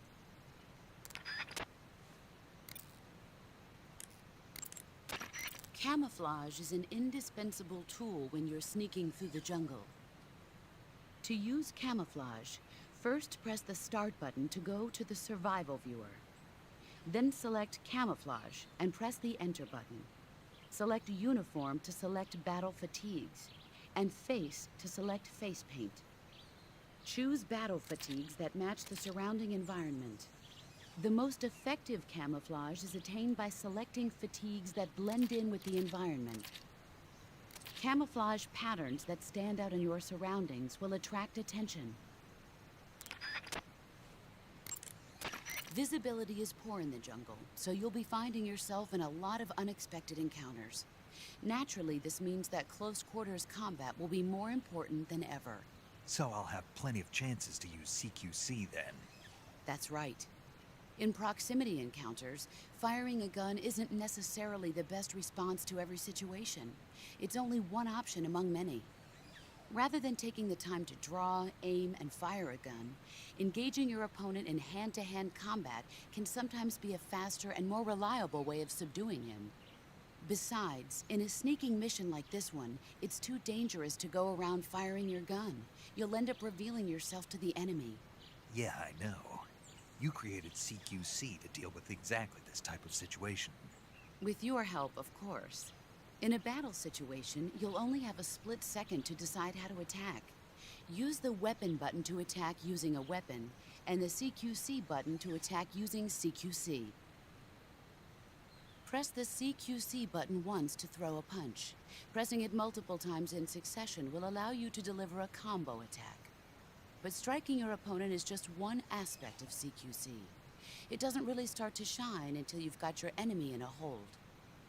Press and hold down the CQC button to grab your opponent with your right hand. From there, you can use the movement stick to knock your opponent off balance and throw him to the ground. This can be used to knock an opponent out in a single blow. If you don't press the movement stick, grapple with your enemy until you're behind them and can get your knife to their throat. Grabbing an enemy from behind and holding your knife against his throat will render him virtually powerless. From this point, there are several things you can do. Press the action button to slit the enemy's throat with your knife. Move the movement stick and press the CQC button to throw the enemy to the ground. Tap the CQC button rapidly to choke the enemy. You can use this to knock him out or even kill him if you do it long enough. By continuing to hold down the CQC button, you can move around while keeping your grip on the enemy. By pressing the weapon button, you can aim your currently equipped weapon at another enemy. With their comrade acting as a human shield, the enemy will be reluctant to attack you. Press the interrogate button to press your knife against the enemy and demand information. You'll be surprised at how much you can learn this way. But don't get too complacent. While your enemy may be powerless in your grip, he'll use any opportunity he can to counterattack. You can only use CQC to grab enemies when your right hand is free to grab and pull them toward you. In other words, when you're barehanded or equipped with a one-handed weapon like a survival knife or a handgun. You won't be able to grab hold of enemies when equipped with two-handed weapons, such as the assault rifle or weapons such as hand grenades that don't leave your right hand free to control the enemy. So in other words, I can't throw enemies with CQC when I'm holding an assault rifle or a hand grenade. Exactly. Don't forget it. I see you're wearing the tiger stripe camouflage. The tiger stripe pattern has been in use since 1959 among the South Vietnamese Marine Corps. But the pattern originated with the French. It's said that it developed out of the brushstroke pattern, also known as lizard camouflage. It provides some cover in trees and grass, but it's especially effective in earth and mud environments. You should find it useful when you're concealing yourself by crawling on the ground.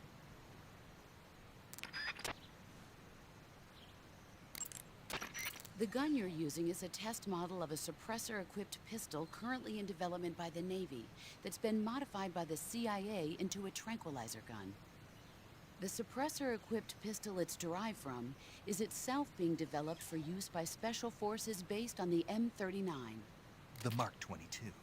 That's what they're going to call it if they decide to adopt it for official use. It uses a slide lock mechanism that will keep the firing sound down to a minimum. But I'll have to reload it by hand every time I fire, right? Right. You won't be able to fire multiple shots at once, so make every shot count. Aim for the enemy's vital spots. There's talk of designing the Mark 22 to accommodate special subsonic rounds, but for this mission, you'll be using specifically designed tranquilizer rounds. In a way, these tranquilizer rounds are like miniature syringes. When one of them strikes a target, the impact causes a needle contained within to shoot out. At the same time, chemicals inside the round are mixed to create a gas, which pushes the plunger and injects the tranquilizer into the target. You can knock out an enemy immediately by shooting them in the head, but if you shoot them in the arm or leg, the tranquilizing agent will take some time to set in. Aim carefully. Mm-hmm. I just love listening to the codec calls. You're wearing the woodland face paint, I see. There's a lot of comedy in some The of the woodland face dialogue. paint is designed for use in forests. It'll give you a high level of camouflage in a wooded environment. Try using woodland paint when you're traveling through the forest. Normally, you would ask a fellow soldier how well your camouflage is working. But this is a solo sneaking mission, so nobody out there is on your side. You have to determine how well your camouflage is working by yourself. Yeah, I know. Don't worry, that's what the camo index is for. The camo index tells you how well you've imitated the surroundings. The higher the index, the more well disguised you are. With a high enough camo index, you can even fool enemies inches away. If you are in an area where encounters are a high concern, keep your camo index high. Got it?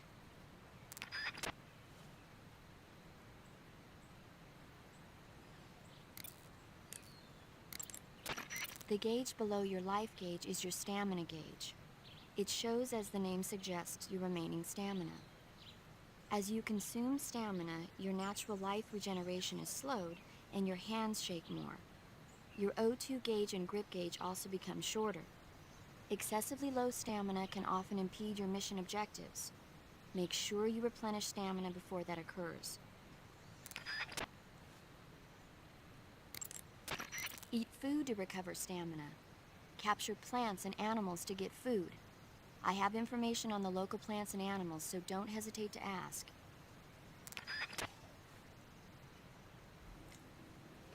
Also, I'm also playing the codec to buy time because I'm eating lunch. To take a rest, all you have to do is save and exit the game. The next time you load your save data and continue the game, your stamina and life will have recovered. How much they've recovered depends on how long of a rest you take. So the longer I rest, the more I'll recover. That's right. If you're so exhausted that you don't even have the strength to find food, save the game and take a rest and you'll be back on your feet. I hope that never happens. So do I. But you never know. Just don't forget, okay? I won't.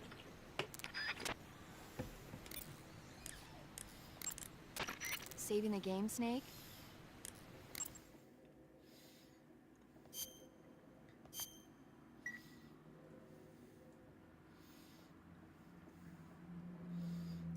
Hey, Snake, you ever heard of Godzilla, King of Monsters? No, what is it? It's a movie. You haven't seen it? Nope. It's about this monster called Godzilla, who grows to an enormous size in a nuclear test and goes on a rampage in Tokyo. Nuclear test, huh? Then the Marshall Islands must be crawling with giant monsters right about now. It's just make-believe. Maybe that's why my pants have been so tight lately. Snake, it's a movie, not a report out of Los Alamos. I know. So then what happened? Godzilla is immune to all weapons, and humanity has no way to stop the monster. Dr. Shirazawa develops a new type of weapon, but meanwhile, Godzilla is getting closer and closer to Tokyo, obliterating everything in its path. It was originally a Japanese movie, but they made an American version, too. I recommend seeing the original Japanese one if you ever get the chance. It's mostly mindless fun, but it's also got a serious anti-nuke message as well. Where can I see the original? You'll just have to go to Japan. Really? That's too bad. Well, if you wait 40 years, you might be able to see it in America, too. Why's that? 2004 will be Godzilla's 50th birthday. You think they're still going to be making Godzilla movies then? Of course! Everybody loves Godzilla. You sure know a lot about movies. I don't suppose you're the movie-watching type, are you? Not really. Okay, then I'll tell you everything I know. When the going gets tough, movies can save your life. It's always good to be able to look at things from a different perspective when you get in a jam. That's the magic of movies. No kidding. Well, I guess it might at least make a nice distraction. That's the spirit, Snake. Have a little fun.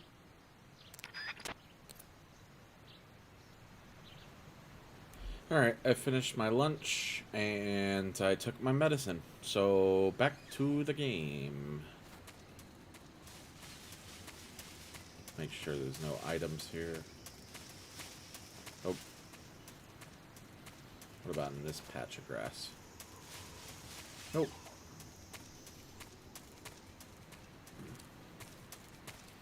Hey, yo, that's a long way down.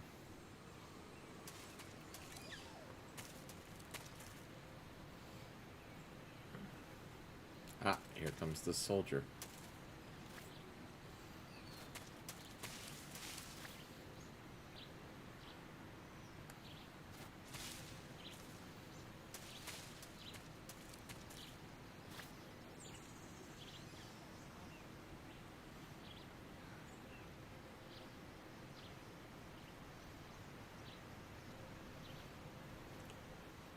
Where's he at?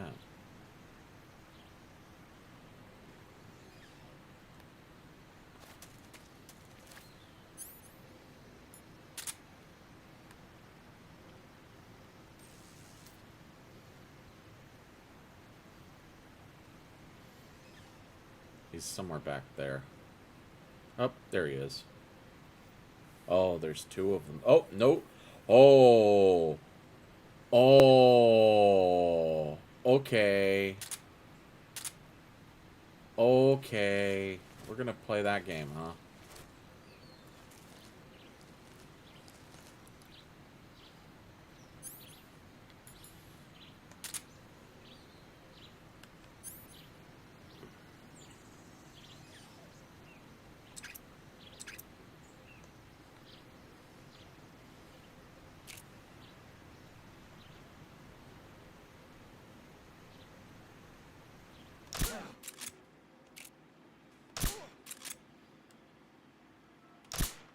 What's wrong?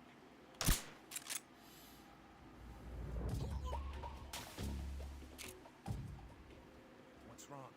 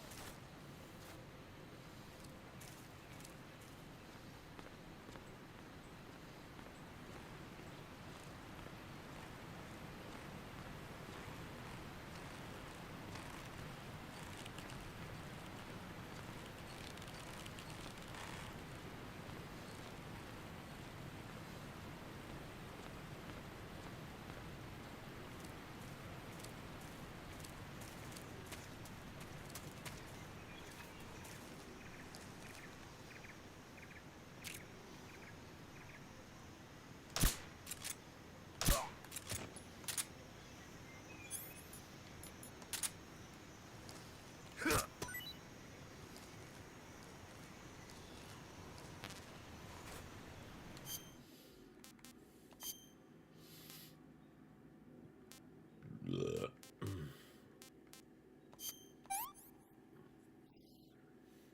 Not too bad.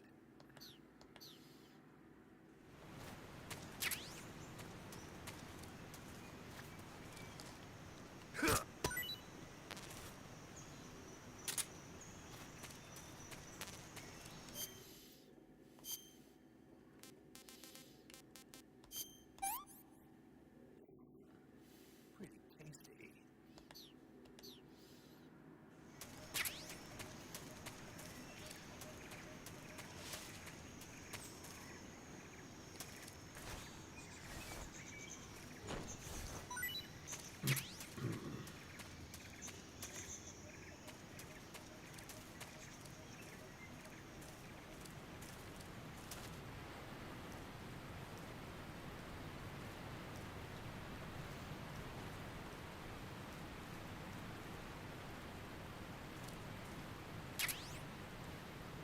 Assault rifle. And some pentazamine. Careful.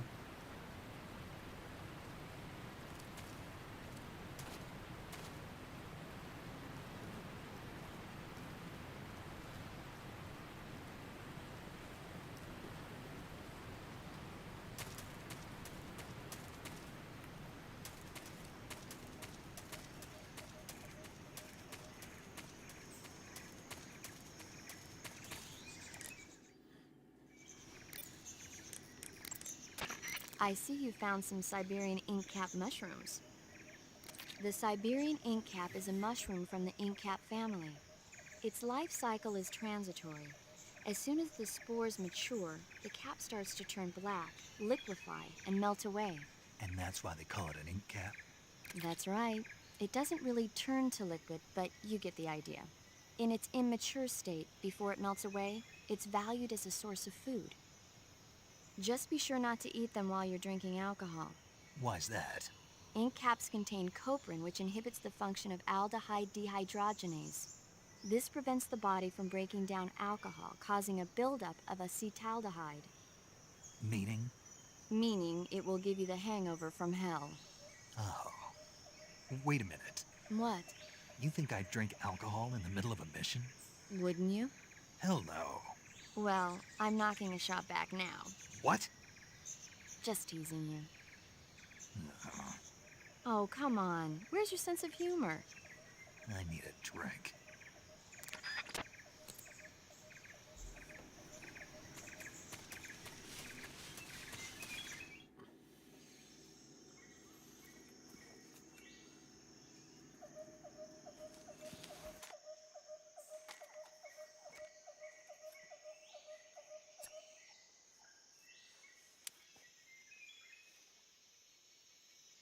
Major, I've reached the abandoned factory where Sokolov is supposedly being held.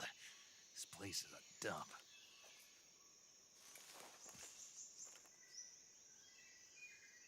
I can't see Sokolov from here. The security is pretty tight. There are sentries posted around the perimeter. I wonder how many are inside.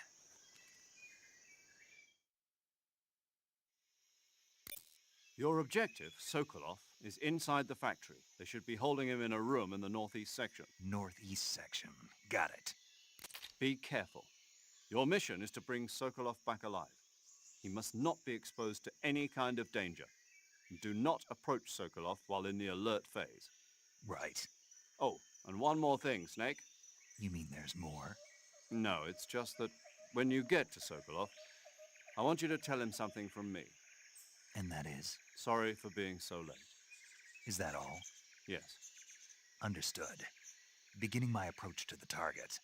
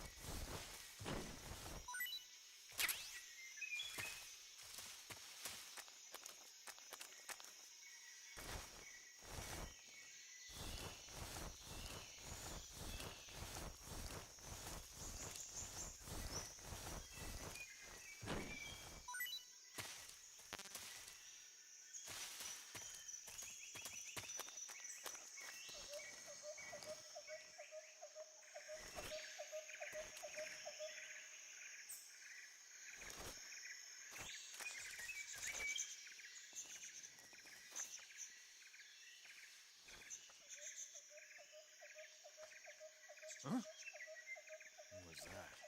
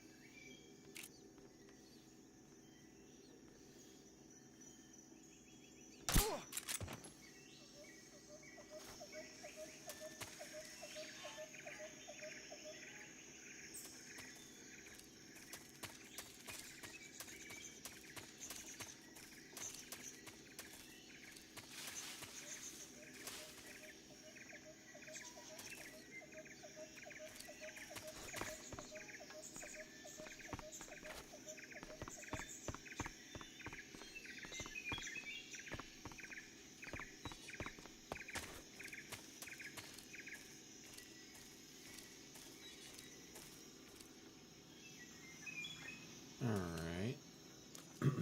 I think there's at least one more guard. Yup.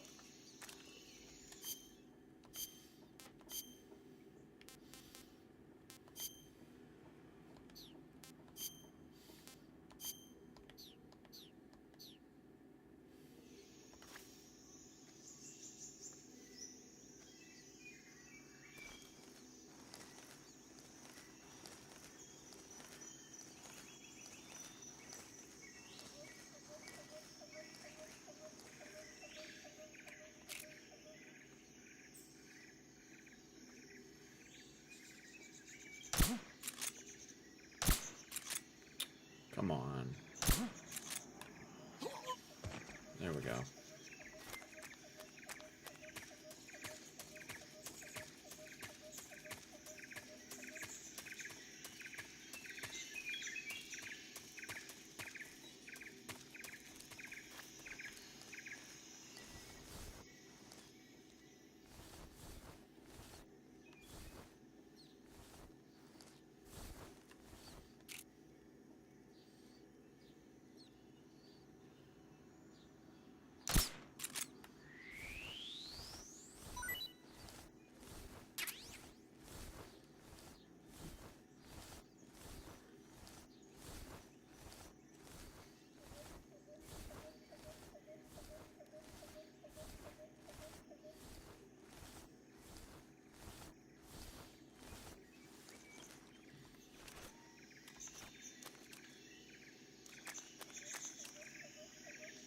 Shit, there's another one.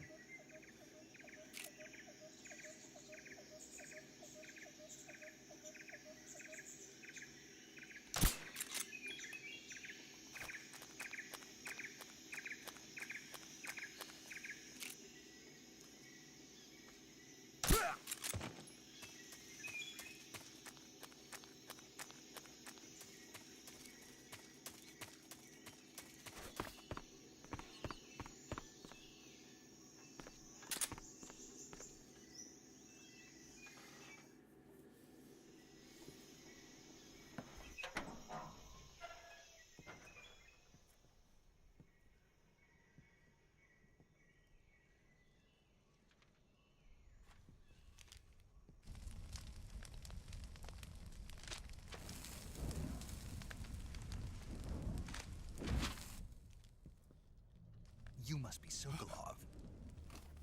Are you one of Volgin's men? You'll never get it from me. No. I'm a CIA agent. I've come to escort you back to the other side of the Iron Curtain. You're CIA? Yeah. I was sent by Major Zero, the man who got you out 2 years ago. Zero? I have a message from him. What is it?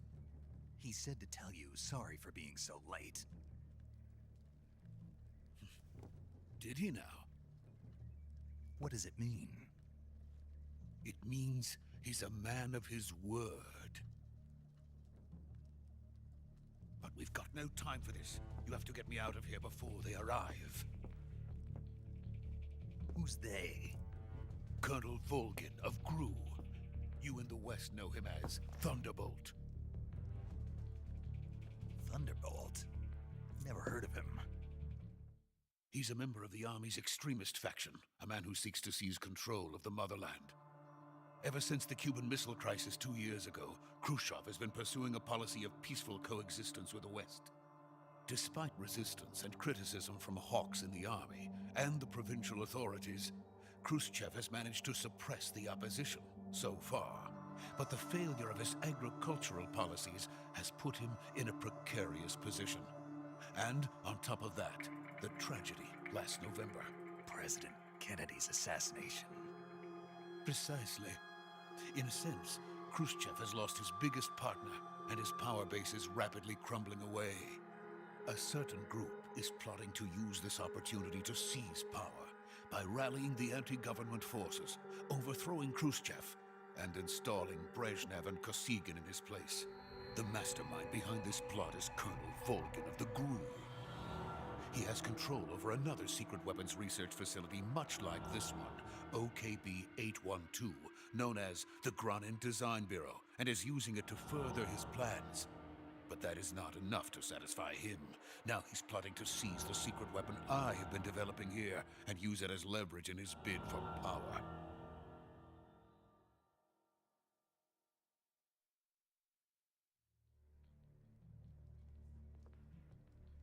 The intelligence says that they are going to make their move during the test. Then, the soldiers outside. Exactly. They wouldn't need that many men just to keep me inside. Their orders were to prevent Colonel Volgin from capturing me.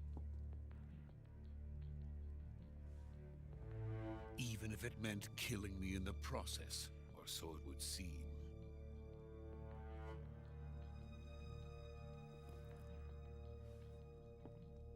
Volgin will come. I'm sure of it. You must get me out of here before then. Leave it to me. By the way, your Russian is superb. Where did you learn to speak it? From my mentor. Is that so? America is truly a frightening country. Having second thoughts? No. I have no love for this place. Let's go.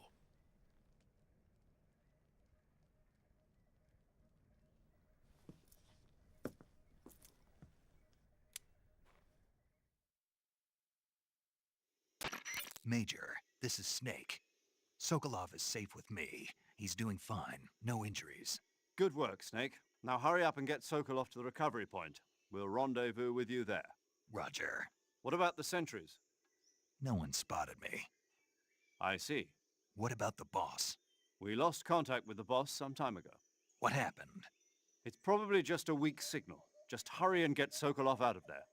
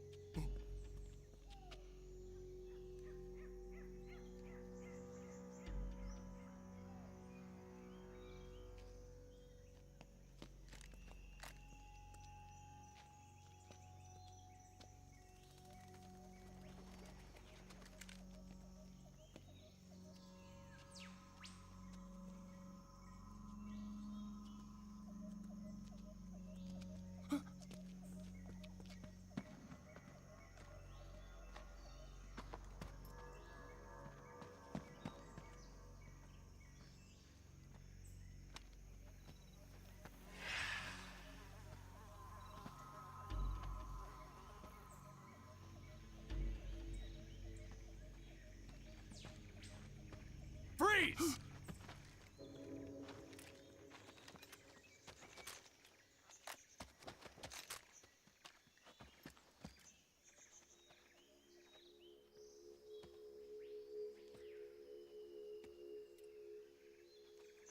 So this is the legendary boss. Huh?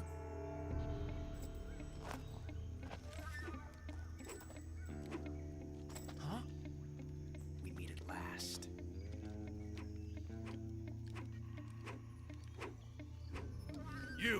You're from the Ocelot unit of Spetsnaz. Huh. What's a GRU soldier doing here? Soldier?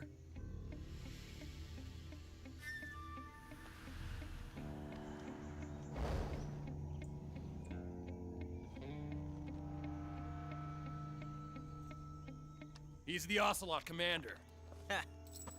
That's Major Ocelot to you. And don't you forget it.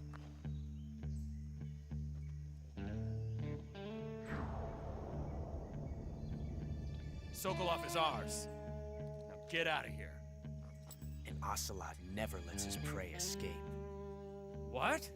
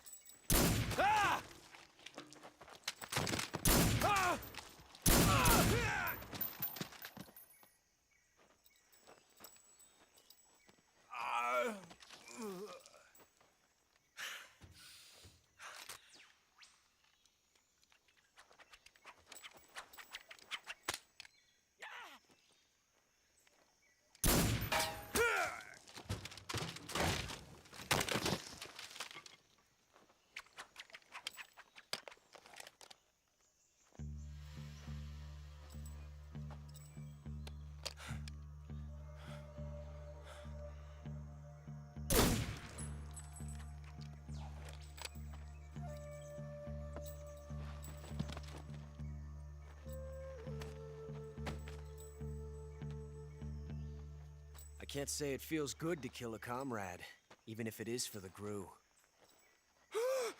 Sokolov, take cover.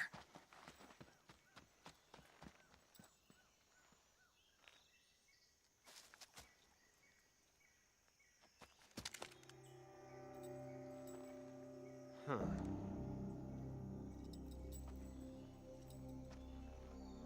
You're not the boss, are you?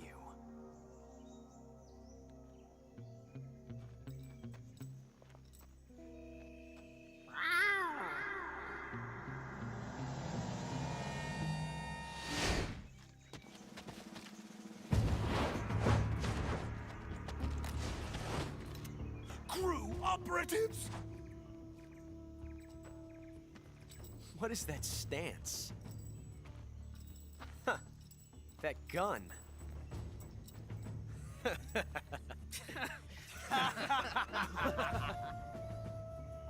If you're not the boss, then die.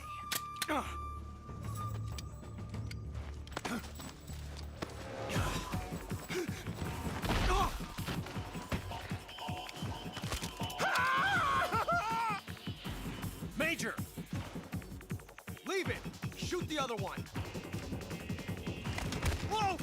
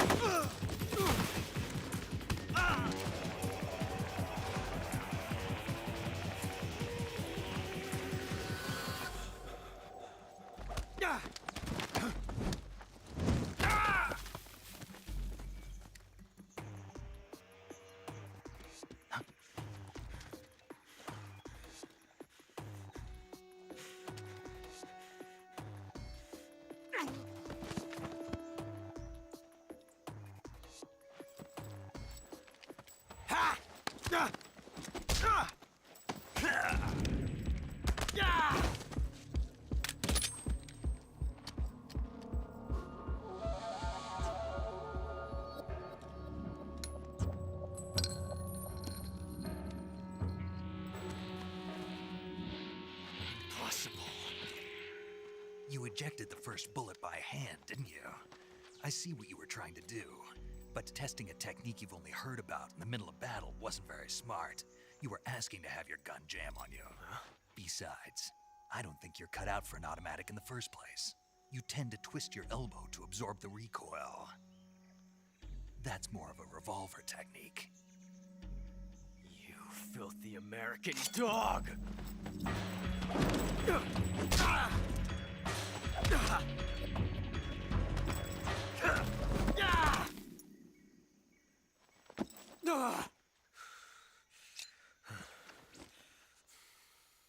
But that was some fancy shooting. You're pretty good. Pretty good.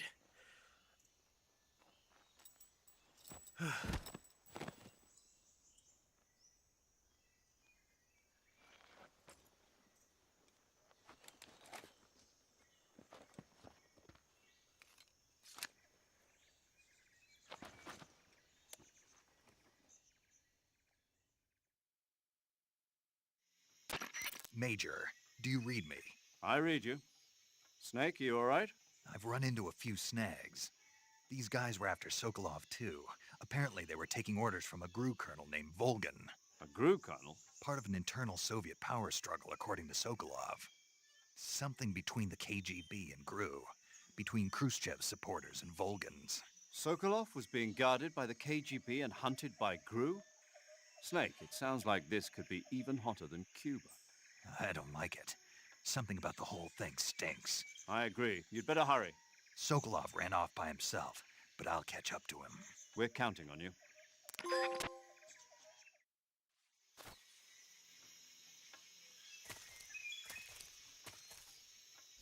Okay, I'm going to do a little Easter egg. Do you want to save?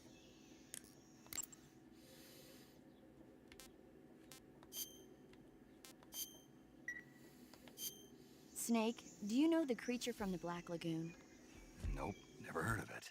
These scientists are investigating a place deep in the Amazon called the Black Lagoon, and they get picked off one after the other by this fishman thing. And there was this scene when the heroine is going for a swim and the creature sneaks up on her from underwater. Oh, I thought my heart was going to stop. I mean, of course, the 3D effects in It Came from Outer Space were a lot more intense, but It wouldn't be referring to you coming from outer space, would it? how rude! Why do you say that? Because no one on Earth could be as charming as you. Fine, I'll just get to the point, Snake. Be careful of what's around you when you're in the water. Just imagining you swimming in those jungle rivers makes me think of you being attacked by a fishman. I appreciate the concern. Fishmen aren't the only things that'll attack you in the water. Really be careful out there. Okay. And don't be attacking any pretty girls going for a swim, either. Are you calling me a fishman? You started it.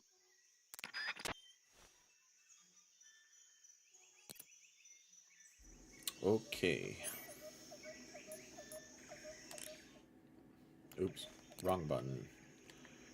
Alright guys, I'm gonna do a little Easter egg here, and it's just for an immersion thing.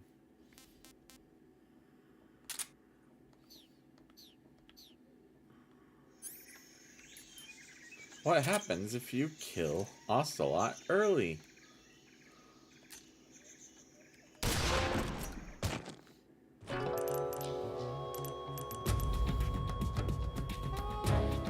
Snake, what have you done? You changed the future. You've created a time paradox. It says Ocelot is dead, but the longer you wait, the letters spell something different.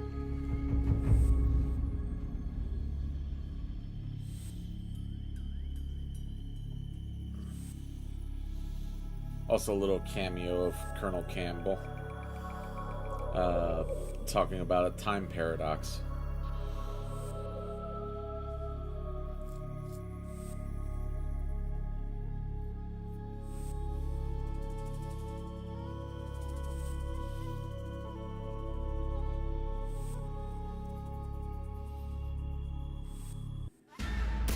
Yep, and it spells time paradox. So yeah, that's why I saved, just in case.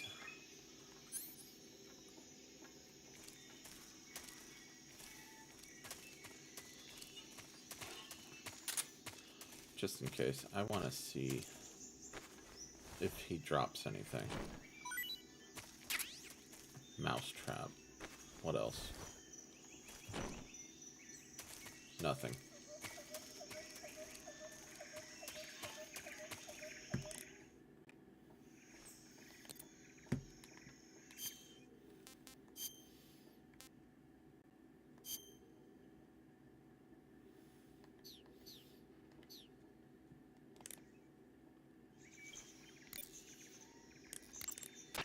I see you caught yourself a rat. The rats in that area are the descendants of wild Norway rats that were domesticated by humans as pets and lab animals. They're not poisonous, and I don't think they'll attack you, but they're quick little creatures, so you might have a hard time catching one. So how do they taste? Snake, What? they're rats. I know what they are. Do they taste okay? The guide says they're not that bad. Good enough for me. Ugh.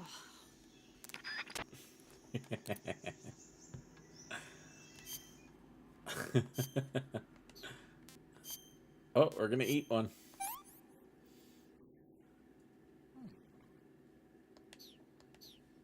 And then we're gonna call her back. To eat food, press the start. By the way, Snake, What? what was that little lecture back there? Lecture? You were instructing the GRU commander, weren't you? Something about the first round or his hand? Yeah. What was that supposed to mean? Well, whenever he put a new clip in his gun, he'd always load the first round by hand, whether there was a round left in the chamber or not.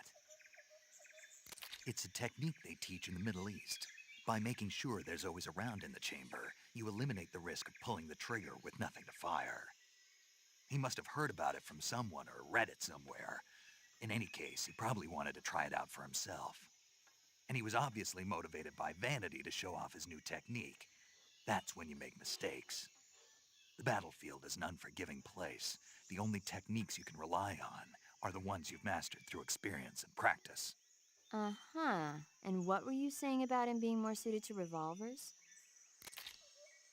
When he fired, he was bending his elbow sharply to avoid the recoil. It looked like he wasn't aware he was doing it, but that habit can be either a fatal flaw or a gift. What do you mean? Automatic weapons use recoil to operate, so if you don't let the recoil hit you, it interferes with the operating cycle of the gun. Basically, he shouldn't be trying to avoid the impact like that. But with a revolver, there's no need to let the recoil hit you. Just the opposite.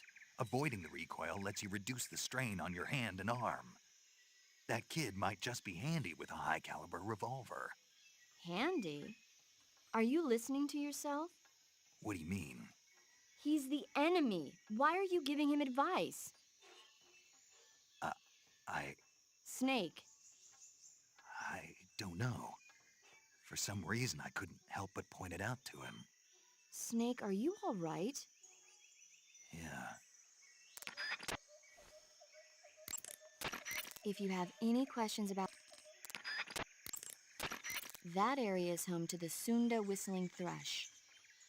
The Sunda whistling thrush is a bird native to Java and Sumatra.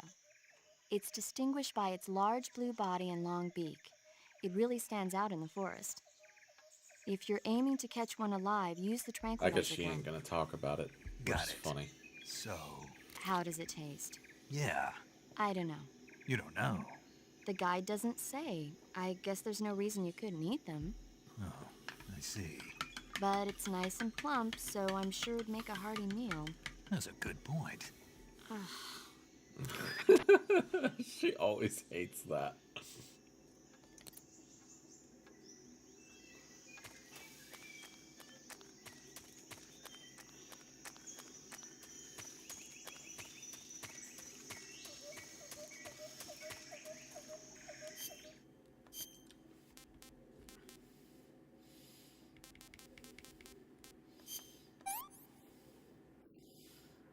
That's tasty. Disgusting.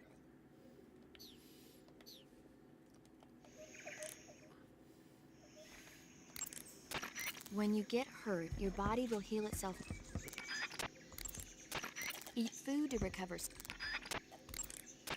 That area is home. I'm hoping for some kind of Snake, there are response. rats.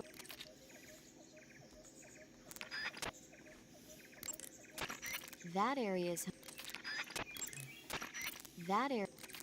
Yeah, she's gonna say the same shit over and over.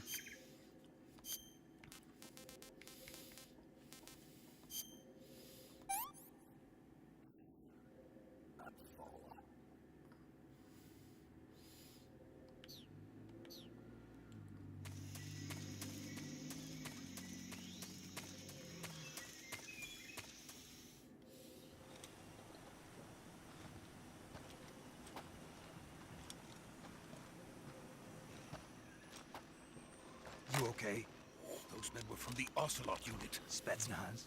Yes. The best crew has to offer. They're coming for me. I'm finished. Calm down. I'll get you out of here, I promise. And we've got some of the best backup we could ask for. Look.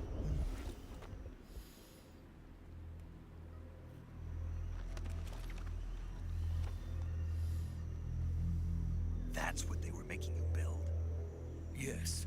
The Shagohod. The treading behemoth. A tank capable of launching nuclear IRBMs. It can launch nuclear missiles from that kind of terrain? Oh, yes. And without support from friendly units. A nuclear-equipped tank capable of operating solo.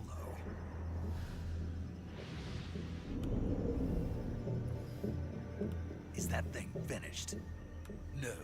This is only the end of Phase 1. It won't be truly finished until we complete Phase 2. Phase 2? The weapon's true form. If it is completed and the Colonel gets his hands on it, it will mean the end of the Cold War. The end of the Cold War? Yes. And then the Age of Fear will truly begin. A world war? I had no choice but to cooperate. I didn't want to die. I wanted to see my wife and child again in America. Please, take me to America, quickly. They cannot complete it without my help. Got it. Let's go.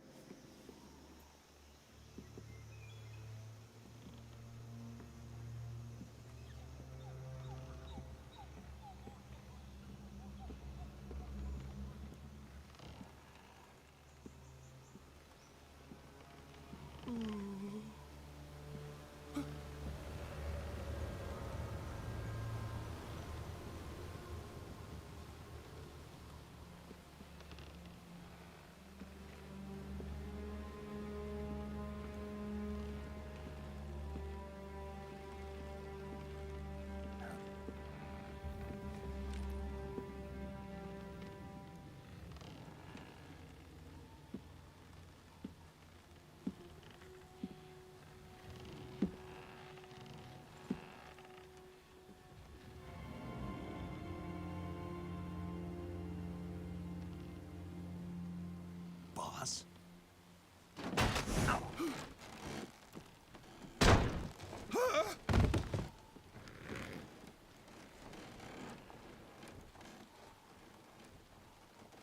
Good work, Jack.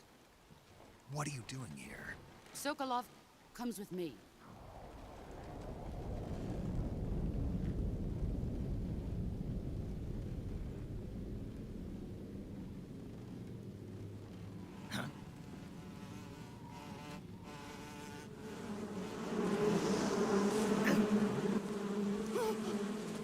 Hornets?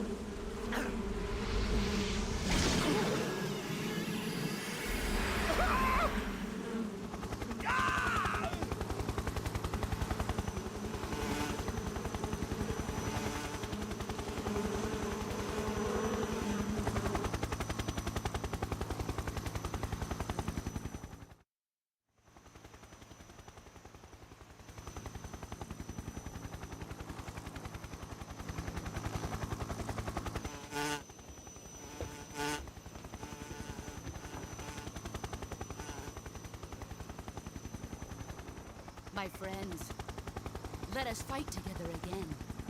I have waited long for this day. We will fight with you once more.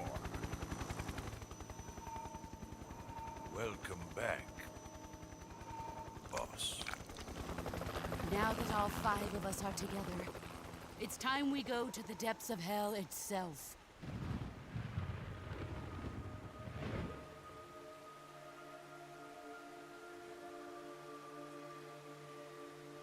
It's raining blood.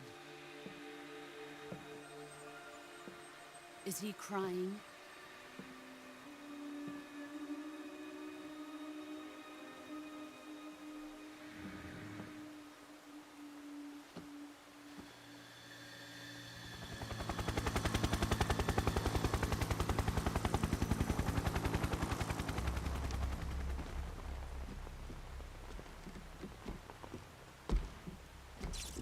Kuwabara, Kuwabara.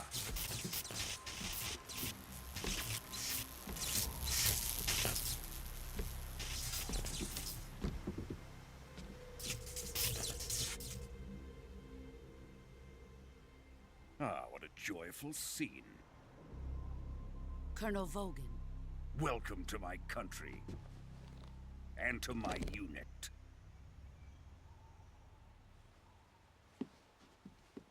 Boss, what is this? I'm defecting to the Soviet Union. Sokolov is a little gift from my new hosts. Recoilless nuclear warheads.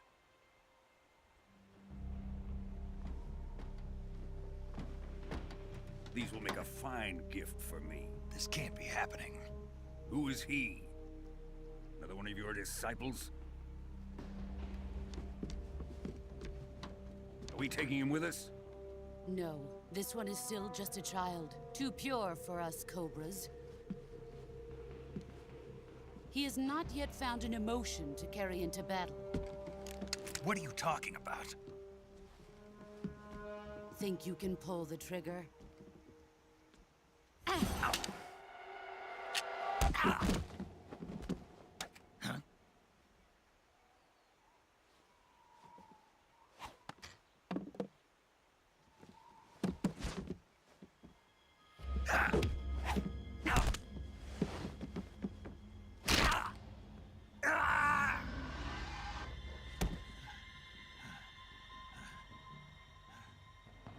He's seen my face. We can't let him live.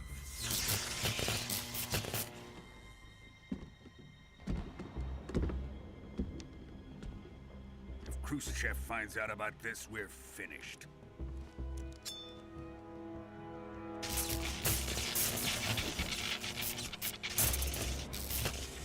He must die. Wait. He's my apprentice. I'll take care of him.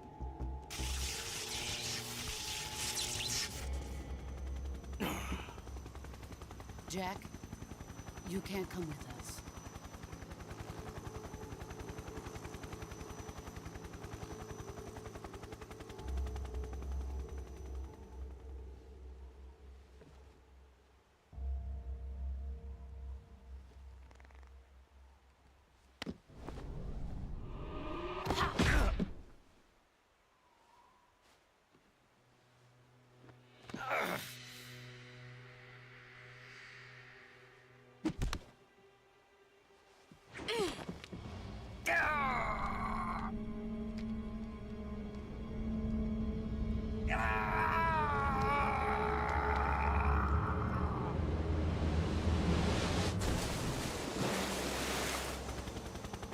The new blood has been rejected.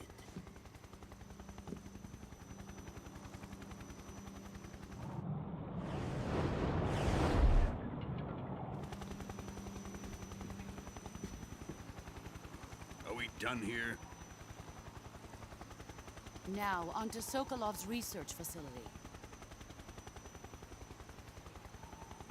Shagohod is ours.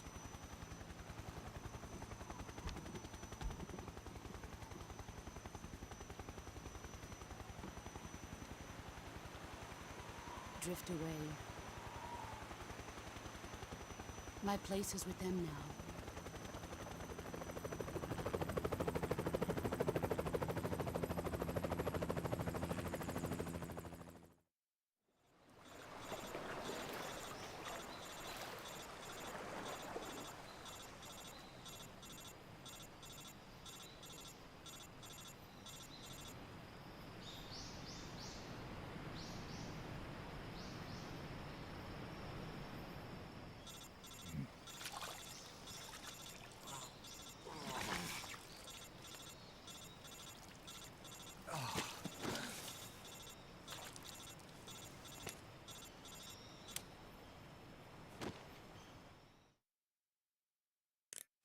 Snake, can you hear me? Yeah, just barely. Snake, listen to me. You need emergency medical treatment. Can you move? You've got to get those wounds treated. Hang in there. All right, let's get you fixed up. Paramedic? Okay, Snake. Just relax and it'll all be over before you know it. Stay with me. I've seen people in worse shape before. Think you can handle it? Major. The boss. She's defected. We'll talk about that later. First, we've got to get you patched up. Okay, here we go. First, open the survival viewer with the start button. If you select cure, you can start the treatment. Healing is divided into treatment using medicine with the item window button and surgical treatment using the weapon window button. Your injuries include a fractured left elbow and rib bone, and lacerations on your upper arms, right elbow, and abdomen. They need to be fixed using surgical treatment. Move the healing cursor with the left stick to the affected part of your body. Once you've selected the affected area, hold the weapon window button and use the left stick to select the medical item and then press the enter button. With this method, you can use items to help your recovery process. To treat a bone fracture, first secure the affected area with a fastener and then wrap it in bandages. That should do it. For lacerations, you'll need disinfectant to clean the wound, sutures to stitch it up, styptic to slow the flow of blood, and bandages to wrap the wound. If you do everything I mentioned, the wound should heal completely. Understood? Yeah. Stay with me. Go into the survival viewer and treat those wounds. Oh boy. Oh, there he is. Dead body.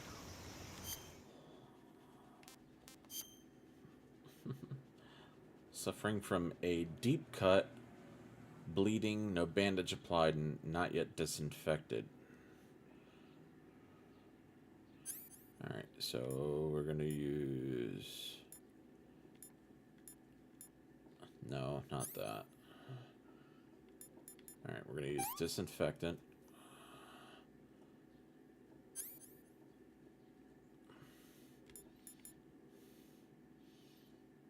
I'm gonna use styptic and bandage. Oh, wait. No. Suture kit. Forgot about that. This is the same thing. So, disinfectant, styptic, suture kit, bandage. Same thing again.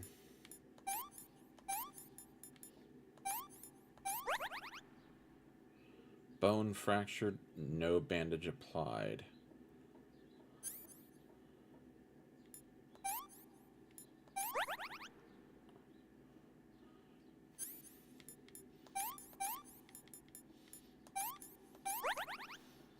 And then bone fracture. Splint, bandage.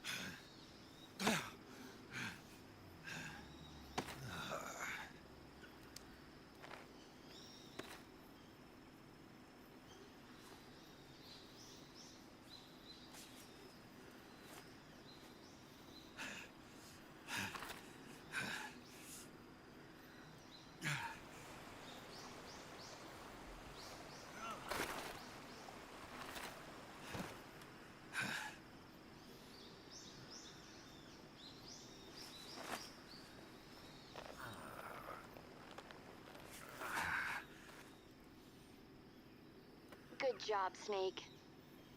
We're coming to get you now. Just stay where you are. We'll drop a recovery balloon. Can you set it up?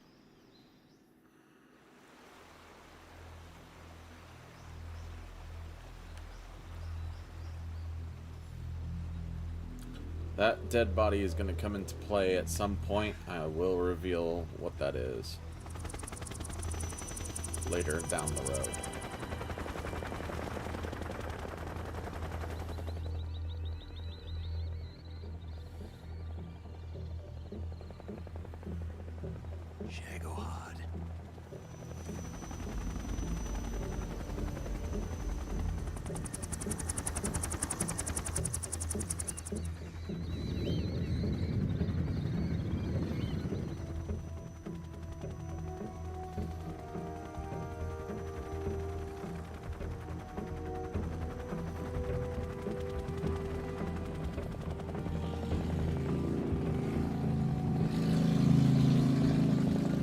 Fucking motorcycles, dude.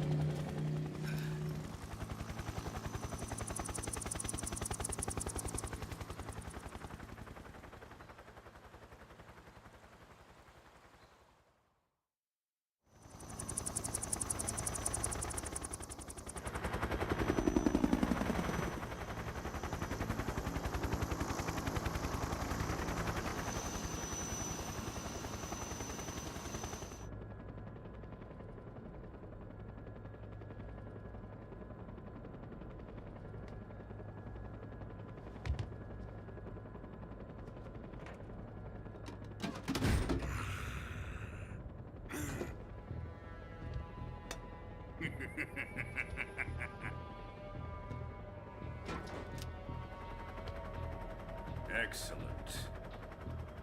A great success.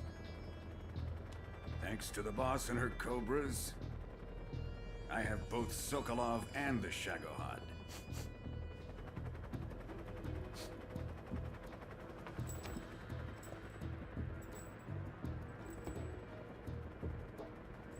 What are we going to do with the girl? Who is she? Apparently she's Sokolov's woman.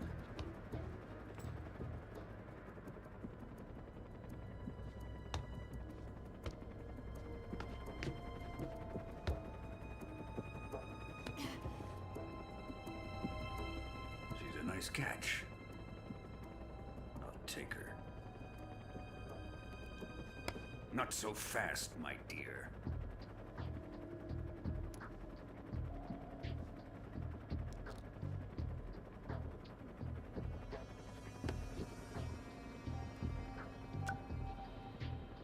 A kiss of death. Are you KGB? We may be able to use her.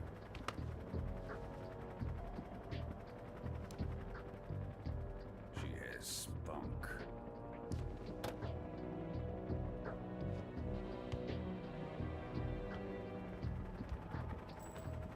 Shall we take her back to the base? Perhaps we should. We have no further use for Sokolov's research facility. I think it's time I gave this marvelous new toy a try. Colonel, even if they are our enemies, they're still our countrymen. But it won't be me that pulled the trigger. It'll be our friend, the American defector. You're going to nuke your fellow Russians? Remember the Alamo. Colonel!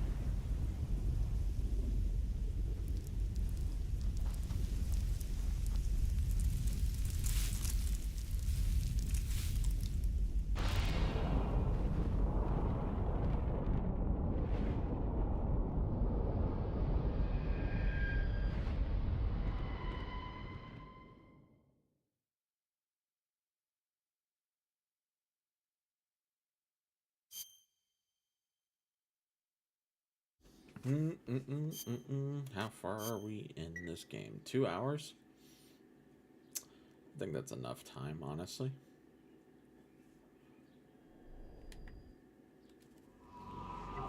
Alright, let's go ahead and end it right there, guys. I think it's a good time to step right there because that's the beginning of Operation Snake Eater. And we are already 2 hours in. So we're going to wind down a bit. How's everyone going right now? I'm assuming you're still here, 2K Gamer. Because you got off work earlier, I mean. Yeah, let's see here. Give me one moment.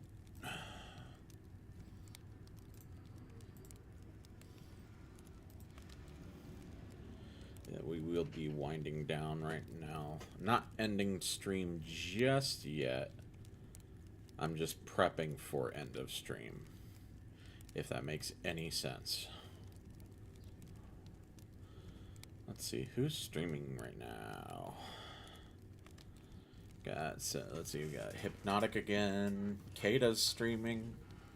Oh god, Kata's playing Mixtape.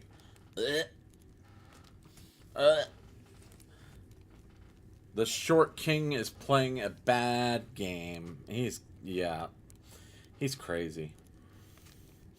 Mahler's streaming.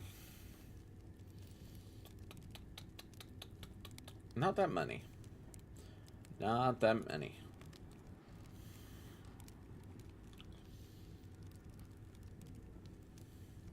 Who's this guy? Oh, he's got like 15,000 subscribers. He keeps appearing in my feed for some reason, though.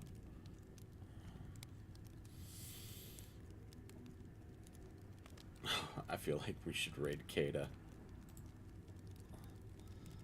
Oh boy, I feel I'm gonna roast that short king all to hell for playing mixtape. Man, I swear to God though, guys, I'm extremely tempted. If I find a way to gift him something in like physical, I really want to try and as a joke to gift Kata a booster seat. The idiots who made mixtape don't even know how to rewind tape. Ah, no. Ah, man. And they call it a game set in the 90s and they don't even know how to tackle that properly. Oh, man. That's funny. Oh, man. Alright, guys. Well, we did not hit tier 1 today. Hopefully, we will. Sometime this week. I could really use that support. Tomorrow, we will be playing some Persona 4 Golden. I'm not sure if I'll be streaming on time, but I will be streaming nonetheless. Because I have my appointment tomorrow. So, if I get back home earlier than expected, I should be able to stream on time. If not, the stream will be delayed. But it'll still happen tomorrow. So, I'd like to thank you all for stopping by to watch me play Metal Gear Solid 3. I apologize if I wasn't talking that much, but I was kind of in the zone because Metal Gear Solid 3 is my favorite Metal Gear of all time. And it's hard for me to really, like, talk constantly without, like, engaging with chat. Because I've beaten Metal Gear Solid 3 26 times, which shows how much I love that game. And I could have streamed it for, like, another 20 minutes. But because the Virtuous mission is, like, really short, similar to the tanker mission in MGS2, I wanted to save and properly end stream early. So that way, when we start on Wednesday, it'll open up to the Snake Eater theme song and Operation Snake Eater, which is the rest of the game.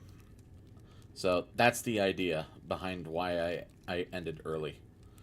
Let's do some call-outs. We have 2K Gamer, Anthony Buck, First Demon Lilith, and I Be the EB.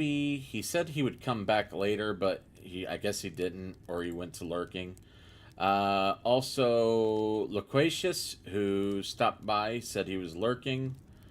I think that's it. That's everybody. So yeah, thank you guys for stopping by. Please hang tight. We're going to do a manual raid. We're going to raid Short King Kata. And roast him. Idea to play this game. I keep telling you guys this. It's not my idea. Fractables. This could literally be on Netflix. This could be a Netflix game because Netflix has these kind of games on their platform 81 minutes ago. where you don't really do shit, and they call it a game. I just think it's funny. I just think it's weird how, you know, all the establishment are trying to shield for the game. It's almost like there's a multi-billionaire nepo baby that is funding the game or anything like that. Hold on. So yeah, kind of wild. UFO Mega with a 2 says, with them noses, with them noses, you need a top hat for any nostalgia. That's crazy. That's crazy. That's crazy. But remember, I said we were going to be fair. I posted we were going to be fair, though. To Kata's stream. To be quite honest with you, I don't have an issue with the way that the game looks aesthetically, like graphically. Besides this, type like 5 frame per second bullshit they decided to do. And I don't really have a problem with the way it looks in the process because that's the only thing I can say. That's praise. Or with booster seat, playing some mixtape is wild. Hold on, as boys. shit. We got another So yeah, I will flashback. see you guys tomorrow for some Persona 4 Golden. And We got the key. Yeah. Until next time, we didn't have to do anything to take find care, the key. By guys. the way, Have a great day. It wasn't us that did it. We didn't walk around and like look through all the boxes or look under the bed or open the drawers or